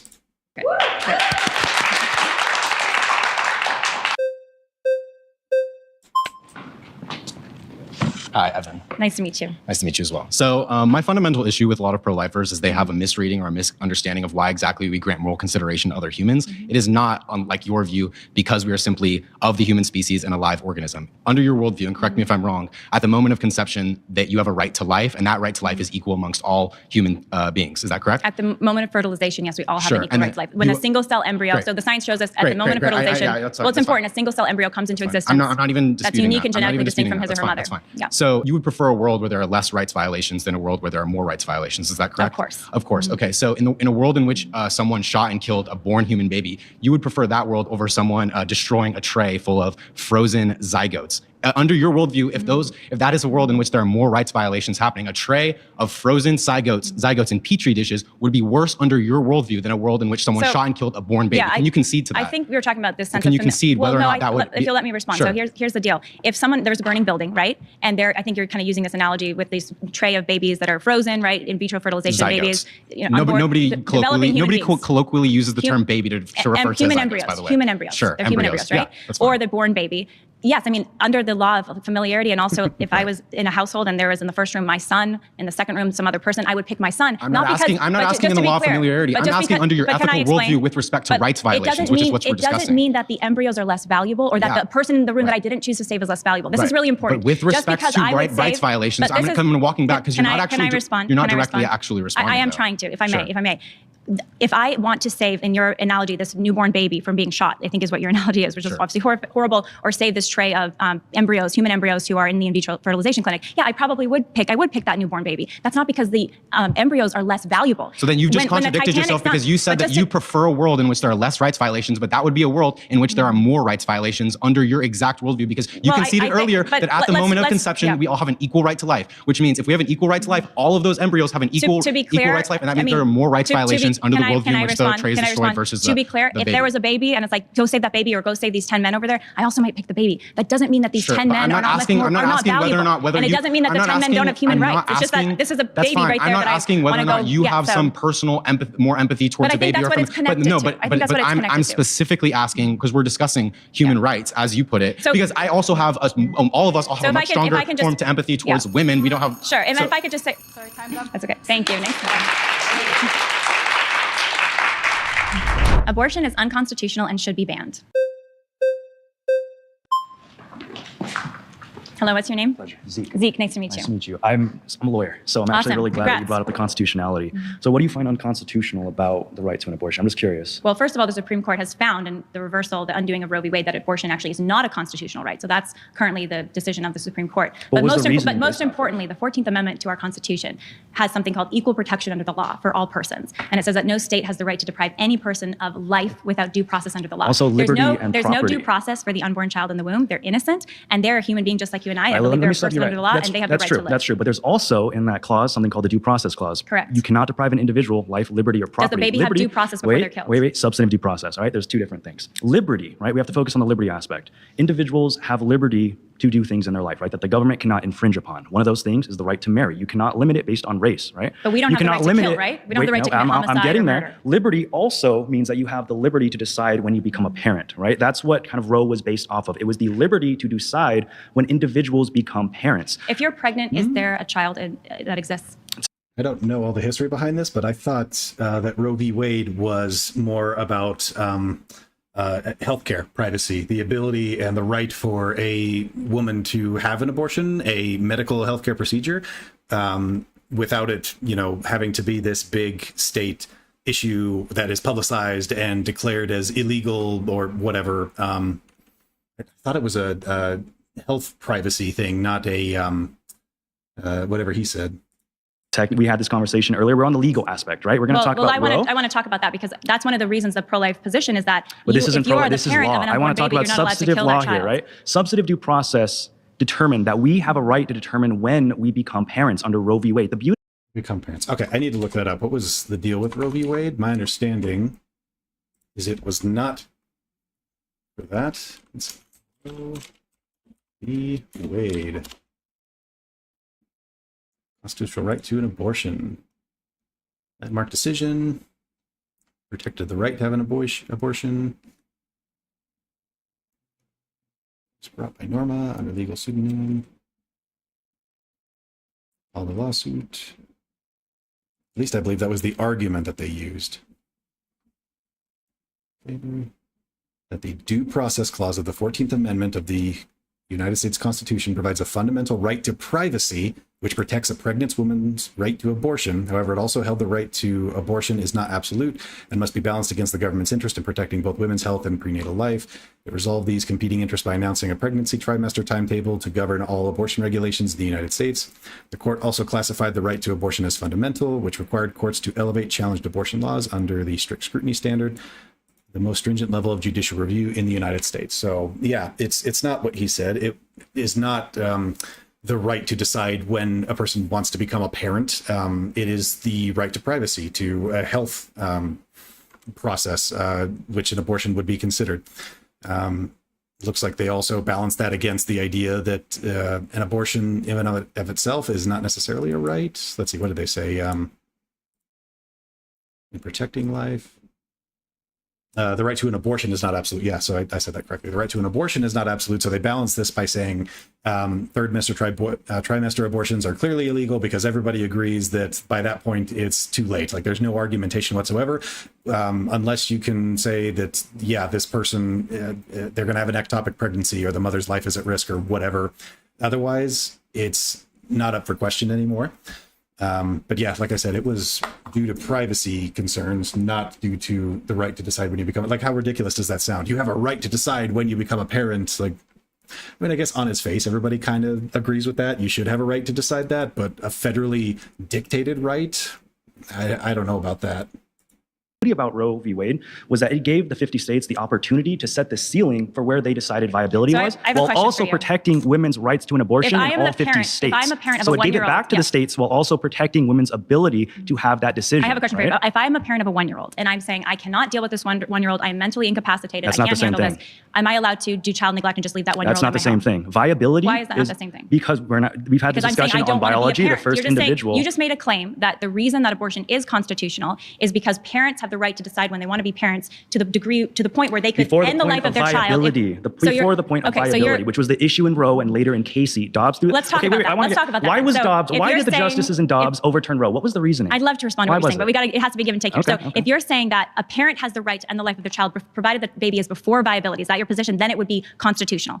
Is that what you're saying? The point of viability is determined by the states. Anything before that But cannot why be is touched. why does my viability define my humanity? As an example, I'm not viable Because on it's a Mars, liberty right? You and interest. I, Me you and and my I wouldn't wife be able have to the be liberty viable to on decide Mars. when we become parents. Not Similarly, Uncle Sam cannot come Let in me and say just now finish you here. have Similarly, to become a a parent. baby in the womb, that's their natural habitat. They're not supposed to be able to survive outside the womb at 10 weeks. They're actually in their natural environment Yes. where we all started our life, But right? me and my wife So are to remove conscious that baby from- individuals who know our but situations they have the natural and can capacity for decide consciousness. Give them a few more when. weeks. Yeah, They're human beings just like you and me. Well, They're just that's not when developed. the states decide when the point of viability And a newborn is. Any baby point has before less that is me and consciousness. my wife's decision A newborn to decide baby has when less we are consciousness parents. than a 2-year-old, has less consciousness and rational abilities than a 10-year-old. We're always, you don't fully develop your brain until you're And in your that's mid-20s. the beauty of Roe, right? But is that it's doesn't mean a so mid-20s subjective by person state to is more state. valuable The than a states newborn decide or an the unborn ceiling, baby. but they cannot go under the floor. That's the point of Roe and the beauty. It is messy. Legally, Roe was I'll do your job overturned. for you. Roe was the reason overturned. why It's people decidedly went against Roe. No, unconstitutional. this is why it was Dobbs v. unconstitutional. Jackson overturned Roe. Because, but I'll answer And your question for you. homicide, The reason killing a human being is people are against Roe was because they said, well, it doesn't fit the substantive due process analysis. Obviously, it is a right that the founders did not intend in there.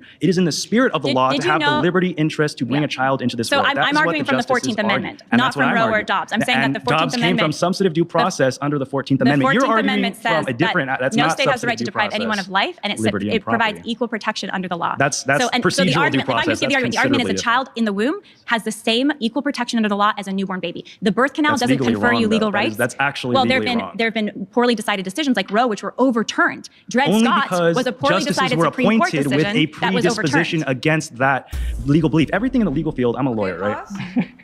is based on subjective stuff. Pleasure, though.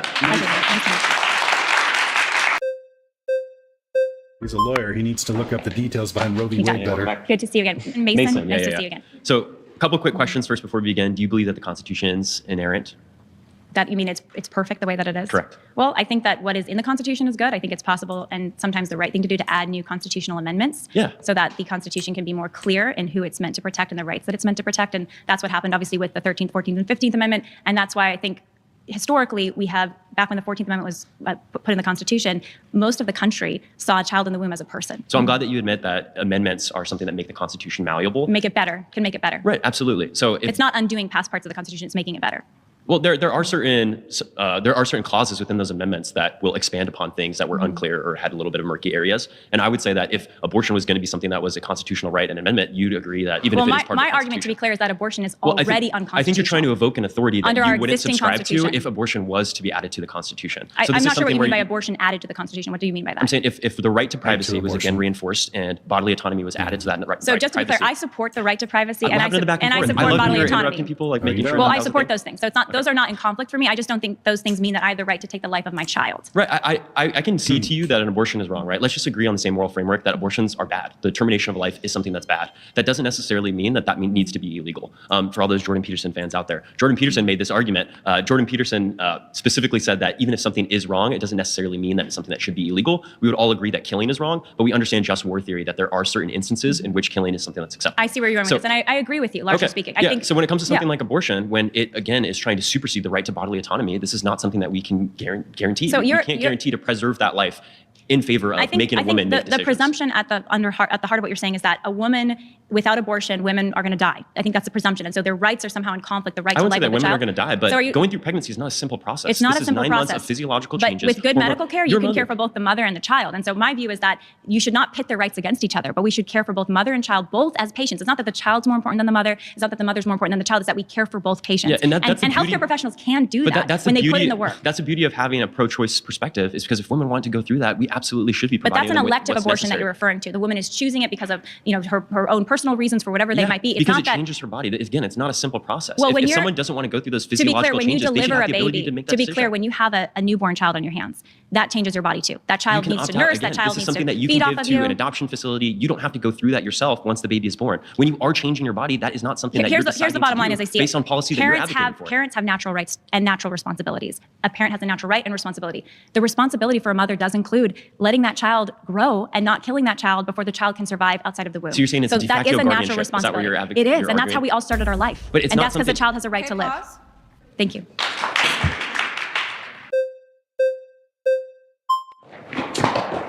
Hello. Hello. What's your name? My name is Zach. Zach, nice to meet you. Nice to meet you. So I come from the standpoint that the laws in the United States should represent the general public's opinions. And when you look at the bell curve, the majority, upwards of 70% of Americans believe that we have the right to abortions up to a certain point. Everyone has a different view on when that life becomes a life, but I think that it's so wrong to only cater to the very farthest end of the bell curve when you're cutting off the rights from so many women whose opinions are valid and who might have so many different reasons to get an abortion, economic, just they're not in the place to have a family. There are often Supreme Court decisions that happen, that are made, that do not reflect the general poll consensus of the country. And this is also the story of part of our history, some of our worst human rights abuse as a country. If you had taken a poll of the Deep South, you would have found them during the time of slavery that they were for slavery. That was horrible, right? But you don't take a poll and say, well, you support slavery, so slavery is just. So that's why we live in a democratic republic that also has a judicial system that also looks at what is constitutional, what is not. And abortion is unconstitutional because we have a 14th Amendment that provides equal protection under the law for all persons, regardless of the color of your skin, developmental abilities, your sex, your race, anything. You should have equal protection under the law. And the child in the womb has the same human person as a child will be when the child's born, and they deserve equal protection under the law. The whole reason that Roe v. Wade was put into place, though, is because it was determined that it was too difficult to determine exactly when a life becomes a life. There was no poll with Roe v. Wade to say, let's legalize abortion or not. That was actually 9 unelected men on the Supreme Court, 7 who decided that they were going to make abortion the law of the land. And it undid the laws of many I believe that putting life states. starting at conception is so unfair to the women whose... As I mentioned before, they did not make abortion the law of the land. They were still wary of the right to an abortion. So they decided that at the very least, we'll put a cap on third trimester abortions. Like, obviously, that's not okay, but the states otherwise can determine what their upper limit is and let them work as a federation, which, like she said, we're a federated democracy. So it's not exactly as she describes. Lives are actually being affected by these long-term decisions. I understand that from your perspective, you think that a woman should have the child no matter what because it's too difficult to decide, like, case to case or something. Well, and we're big advocates for adoption too, because if they feel they're not in the position to be a parent, if the child is going to be born without a brain, if the child, they can place the child for adoption. It's not fair to make a woman go through all that, and because it is permanent damage to a woman's body to bring that baby along for 9 months. Just for a lot of cases, the reason that they choose an abortion is for their safety or for their long-term health effects. Do you know the reason for over 90% of abortions? Why? They have nothing to do with safety. They have nothing to do with abuse. They have nothing to do with health conditions. They're purely done. They're called done for the convenience of the woman. And there's 1 million abortions a year, so it's hundreds of thousands of abortions that are done because the woman. My belief is that the laws should be put in place. Nice to meet you. Nice to meet you. I do believe that the decision should be between a doctor and the woman because those are the people who have the best interest for the woman.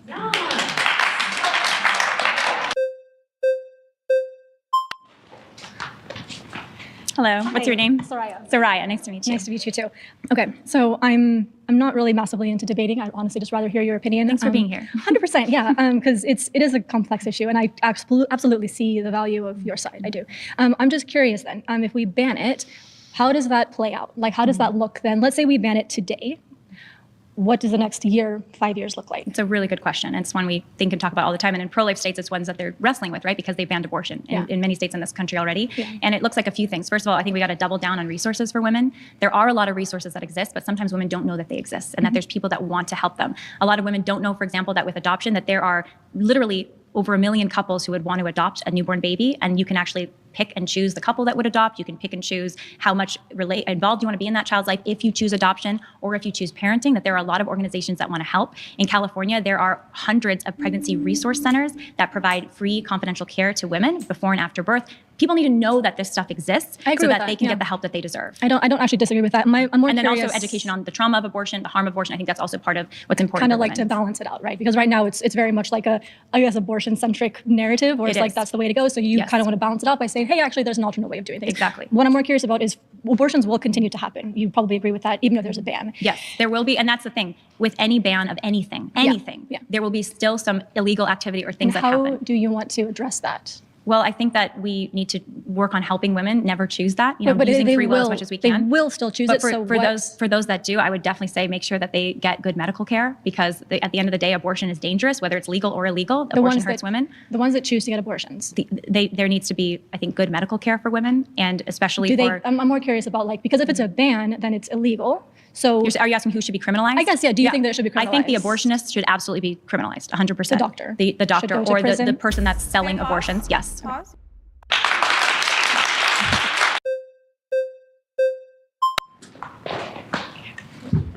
Hi, Ceci. Hi. So we were just talking about, you brought up the fact that you think doctors should be, what was it? Liable if they commit abortions. Now, what do you, because it's a little murder, different than criminalized, yes. but okay. Just like there are already statutes for illegal abortions. My question to that is just to be clear, there's already statutes for illegal abortions. Yeah, but there's statutes against infanticide, et cetera. Okay, anyway. But with the doctors, so do you think the doctor should be sent to prison? Like, if this is murder, why don't we treat it like murder? It should be treated because like it's not. Well, then if I hired a hitman to kill my husband, I'd still go to prison even if I didn't pull the trigger. Anyone involved do you think that's a good thing or a bad thing? Well, I don't think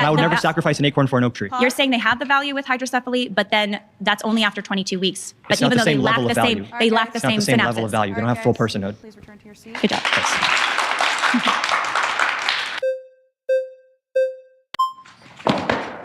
Hello again. Hello, Julia, right? Yes. Okay. So you had mentioned that regardless if it is illegal or not, women are still going to get abortions. So how do you justify the fact They'll that have far less if it's illegal. The abortion rate goes down dramatically when it's illegal. they're not going to report if they're doing it illegally because there's going to be repercussions? So But why we not? can, we can prove that live births go up in states where abortion is illegal. That is the fact of what has happened after Dobbs v. Jackson, and some of the trigger laws went into effect and some states made abortion illegal. So we know more women are having babies. So even with unreported illegal abortions, live births are still going up. But do you understand the that law people, when they know that abortion is illegal, Yeah, but that only matters if you consider abortion immoral and the removal of that fetus as a human life and a life that is, worthy of the rights of personhood. If there's a contention there on whether that actually is a human life or not, it doesn't matter if abortions go down. It's a meaningless statistic because we don't agree on what that means, and we don't care in the same way about what that means. or that women have more difficulty receiving abortions, they're going to carry babies to term because they're out of fear of abortions. Why would you pretty much want to defund places like Planned Parenthood, places that actively help women have safe abortions, and then it further prevents miscarriages in the future? What I really want to work against, and some of the work I'm trying to do now, is work against this narrative that gives women so much fear about children. We are told to fear pregnancy, we're told to fear birth, we're told to fear being mothers, and our society also tells us to celebrate abortion. And I think that's a very anti-woman view, and I think we should flip the script on that and instead say, actually, our superpower as women is the ability to bring life into the world. Well, and nurture life. Men can't do that. Our superpower of women is the power to choose. That's feminism, the power of choice. If you want. By the way, I have no idea where Lila's narrative and life experience is coming from here. I grew up religious, more or less Christian, and my experience with that was very much there was a lot of support for motherhood and how they're so strong, and it's the most amazing thing that they can have children and that men can't, and it's basically their calling in life and the most important thing that they'll ever do. Like I don't know where she's getting this narrative from, and with the United States being a mostly Judeo-Christian background belief system, I guess mixed in with some secular there, I can't imagine why anybody else would feel differently. Want to be a mother or you don't want to be a mother. That's feminism. If you want to be a stay-at-home mom, you want to go to work. But the difference, my friend, is this: when you're pregnant, you're already a mother. And we can't deny the scientific reality of that human life. That is a human life, a child, a son or a daughter that has rights too. If you force women to have pregnancies and you force women to basically change their entire life, we're not forcing the men to do that. Well, I think we should force the men to do that. Okay, great. Well, have you met a man? You think they're going to do that? They're not going to do that. They're really not. What you're getting at, which I think is a really good point, is that we have this sort of approach in our society when it comes to sex and relationships where men and women, and a lot of times men, I don't want to just say men do this, women do this too, where we treat this very maybe casually. We have this all backwards. Instead of looking at sex and relationships as something really beautiful, something you commit to for life, you sacrifice for the other person, you love that other person, and then if you conceive a baby, you love that baby, you fight for that baby. I think that is the view we should be moving towards as a society, instead of sex being casual. If you get pregnant, just have an abortion. The man abandons the woman. Which is a very heterosexual view, because we're not including queer sex in this narrative, in which sometimes sex is well, if the queer sex brings life into the world, either way, I think at the end of the day, we're still talking about human life. That's great, but often, but in this regards, in this argument, we're not giving people sexual education. If you go into Planned Parenthood, they not only give abortions, they also provide STD testing. They allow men into Planned Parenthood, people without health insurance. If we're talking about healthcare as a right. Time's up.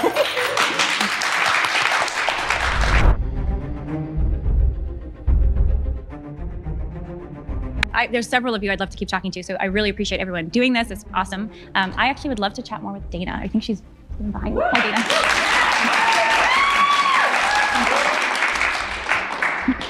I chose Dana because I didn't feel like we actually got to have the conversation. I got to hear from Dana about some of your position and why you believe what you believe. I didn't really feel like we got to dialogue about that a lot, so I'd love to do that more, and I'd also love to hear what your claim would be that you want to talk about as well. So my claim is that my bodily autonomy is the prevailing right in this debate. Thank you. And I feel like that's something that's come back up again and again in the conversation as a through theme that we're having. So I hear what you're saying. I agree that we have bodily autonomy. I have the right to not someone to come and hit me, hurt me, etc. But there's a very unique relationship when a woman is pregnant with another human life, with another body, and that's her son or her daughter. Whether she wanted to get pregnant, intended to get pregnant, when she's pregnant, there's that unique relationship that springs into existence with the existence of that new human life. And a few times it's been said today, well, the science doesn't matter. We're just having my opinion, my personal story. The science does matter a lot, because science can help tell us what is real and what is not real. And science does tell us when human life begins, and it doesn't magically begin at birth. human life begins before birth and human life begins at the moment of fertilization. And so, while I'm all for bodily autonomy, I believe that Citation our bodily needed. autonomy as women ends where another human being's life begins. And when I'm pregnant, there's another body inside my body, and they deserve the right to live. And yes, that's going to mean maybe a few months of me trying to hopefully take care of my body because it's feeding that body, and then delivering that child. And if I feel I can't parent, then there's other options. But I still have a responsibility not to kill that child via an abortion. So I'm going to tell you a story. So I am a mother. I have a 22-year-old son Amazing. Who has autism. And I became pregnant when he was around 6 years old. And I didn't want to have that child. And so I had an abortion. And I had the abortion when I was about 6 weeks along because it wasn't a child. It was a mass of cells.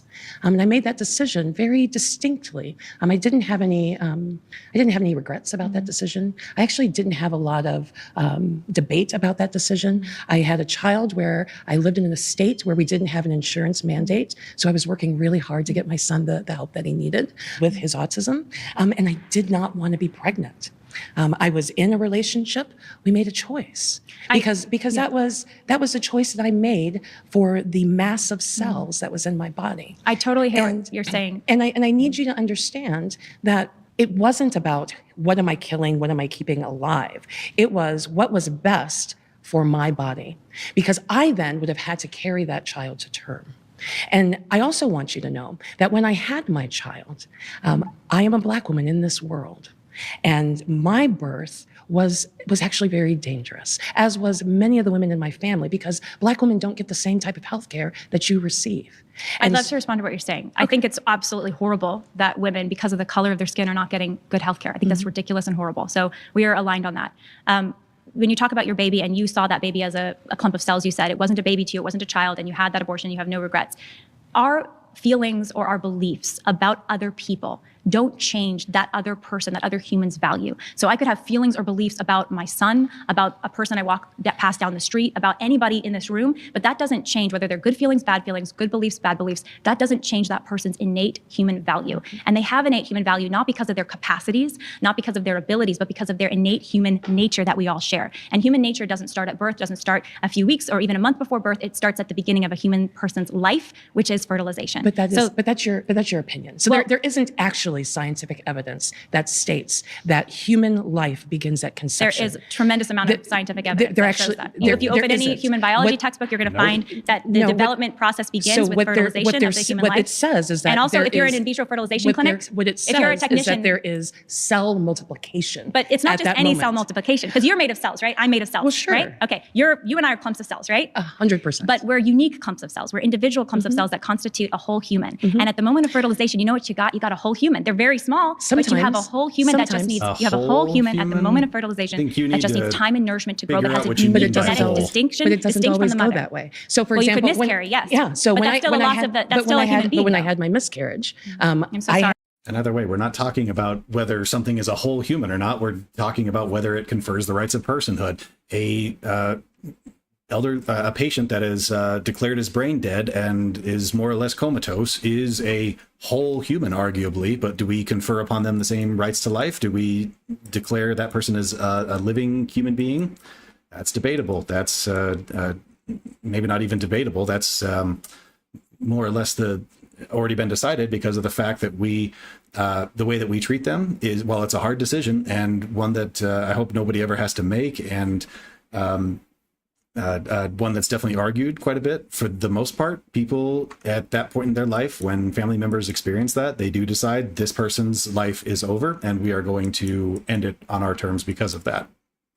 I had a clump of cells that then grew and then did not grow into a human child. I have a question for you. You said you have a son. How old is he now? 22. He's 20. Oh my goodness. You look great, by the way. I have a question.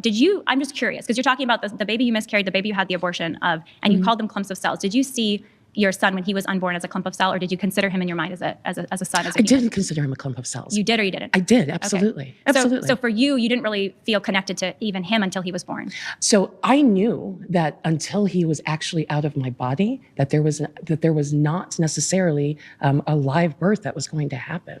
So because I lost a child, and I understood that having a pregnancy does not mean that you have a live birth and a baby at the end. That is absolutely true. And so They don't- for me, that choice about what is happening to my body, that Were you choice, sad after the miscarriage? I'm just curious. Or were you Actually- kind of feel fine afterwards? Because I had a miscarriage too. I felt deeply sad by it. So Didn't Lila just literally a few minutes earlier state that your feelings about another person don't change the reality of that person having personhood or the rights conferred upon them? Or so why are you making the same argument now? Or at the very least, why is she trying to push it? Like, she was Women feel differently. I was ambivalent. Okay. I was not ready to have a child, and I was going through a divorce at the time. I'm sorry. Yeah, no, it sucked. It sucks. But yeah. also, So yeah.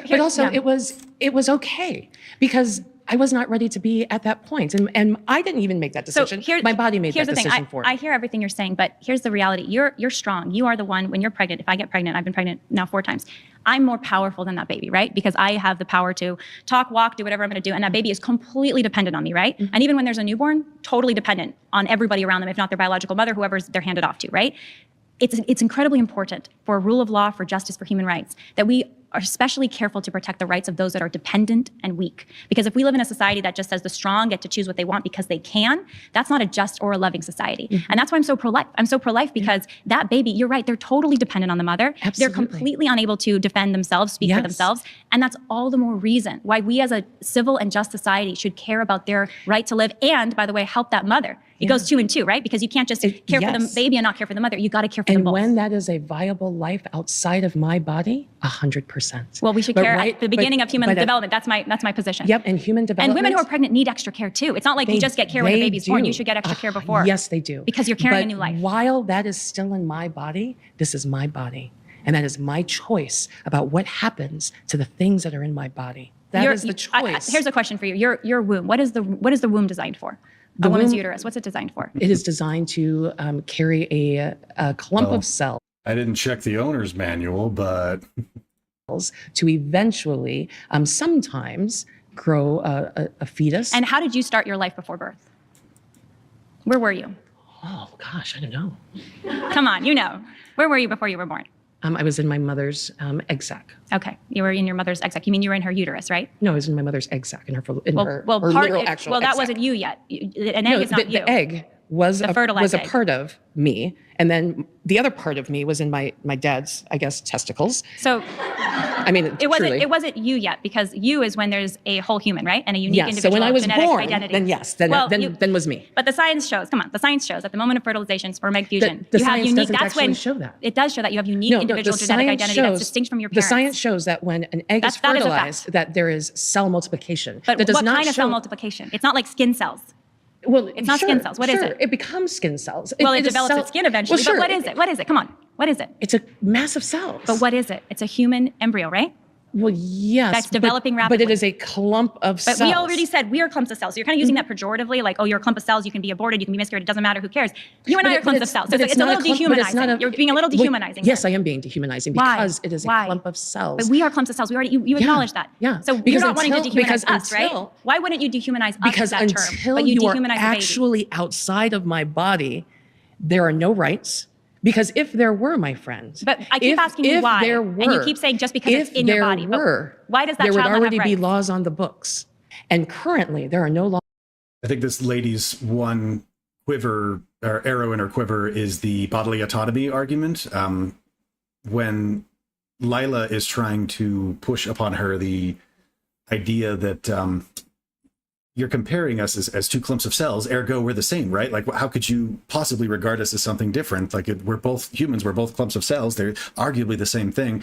They're not. There is a form of discrimination happening here. They are both clumps of cells, yes, but they don't have the same level of rights and humanity conferred upon them. Like I was saying before, just as once a human is born, we don't confer the same rights and expectations on them of like, oh, you're a human, you're the same, you're a clump of cells, you're just like me, you can get a driver's license now, you can buy a firearm, you can vote or whatever. Like, no, these things are appropriated based on your level of development and your age. There is a level of discrimination there, and it is more complex than just we are both clumps of cells, ergo we are both human of the same caliber.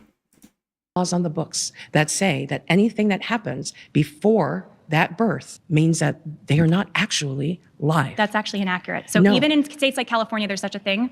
there has been such a thing until recently, last 2 years, as illegal abortions. Are you aware of that?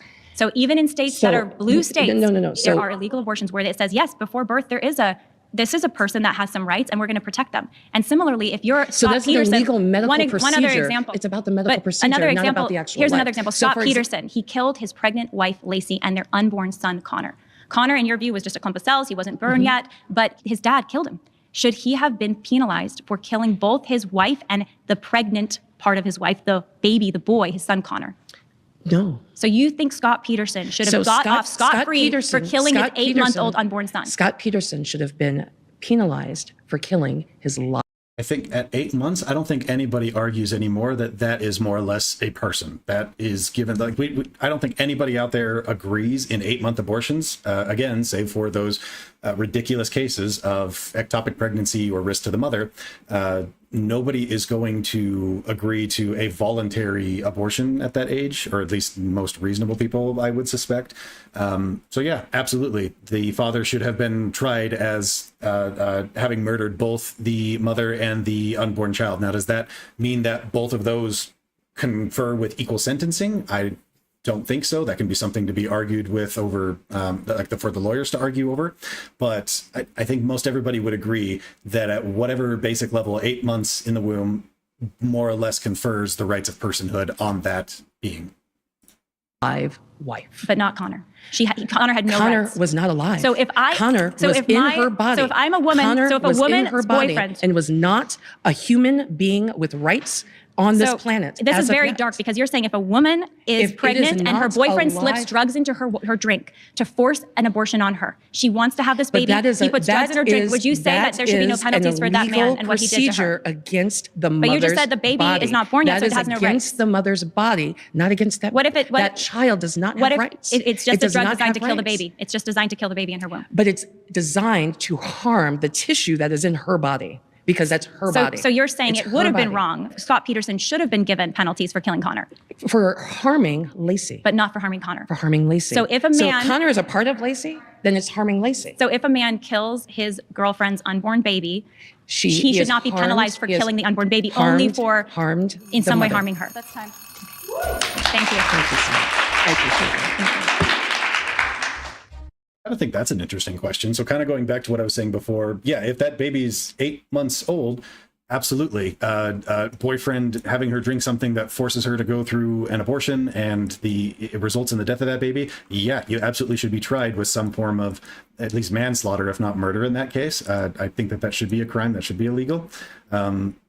But if something is 20 weeks or less, I don't know, because me personally, I don't confer the rights of personhood before 20 weeks. So from the court justice system, would you recognize that as there was no person harmed in that particular act? Like, was it scummy, shady? Should they keep, like, it absolutely was scummy and shady and they should not keep dating? That was terrible in that aspect. But as far as like an actual crime being committed, the person being harmed, I don't know how I'd feel about that. Luckily, I don't think that's ever going to become a case in any sort of legal circumstance that's going to matter. If it did, that would be interesting, in my opinion. All right, I need to take a break here for just a little bit, so I'll come back later.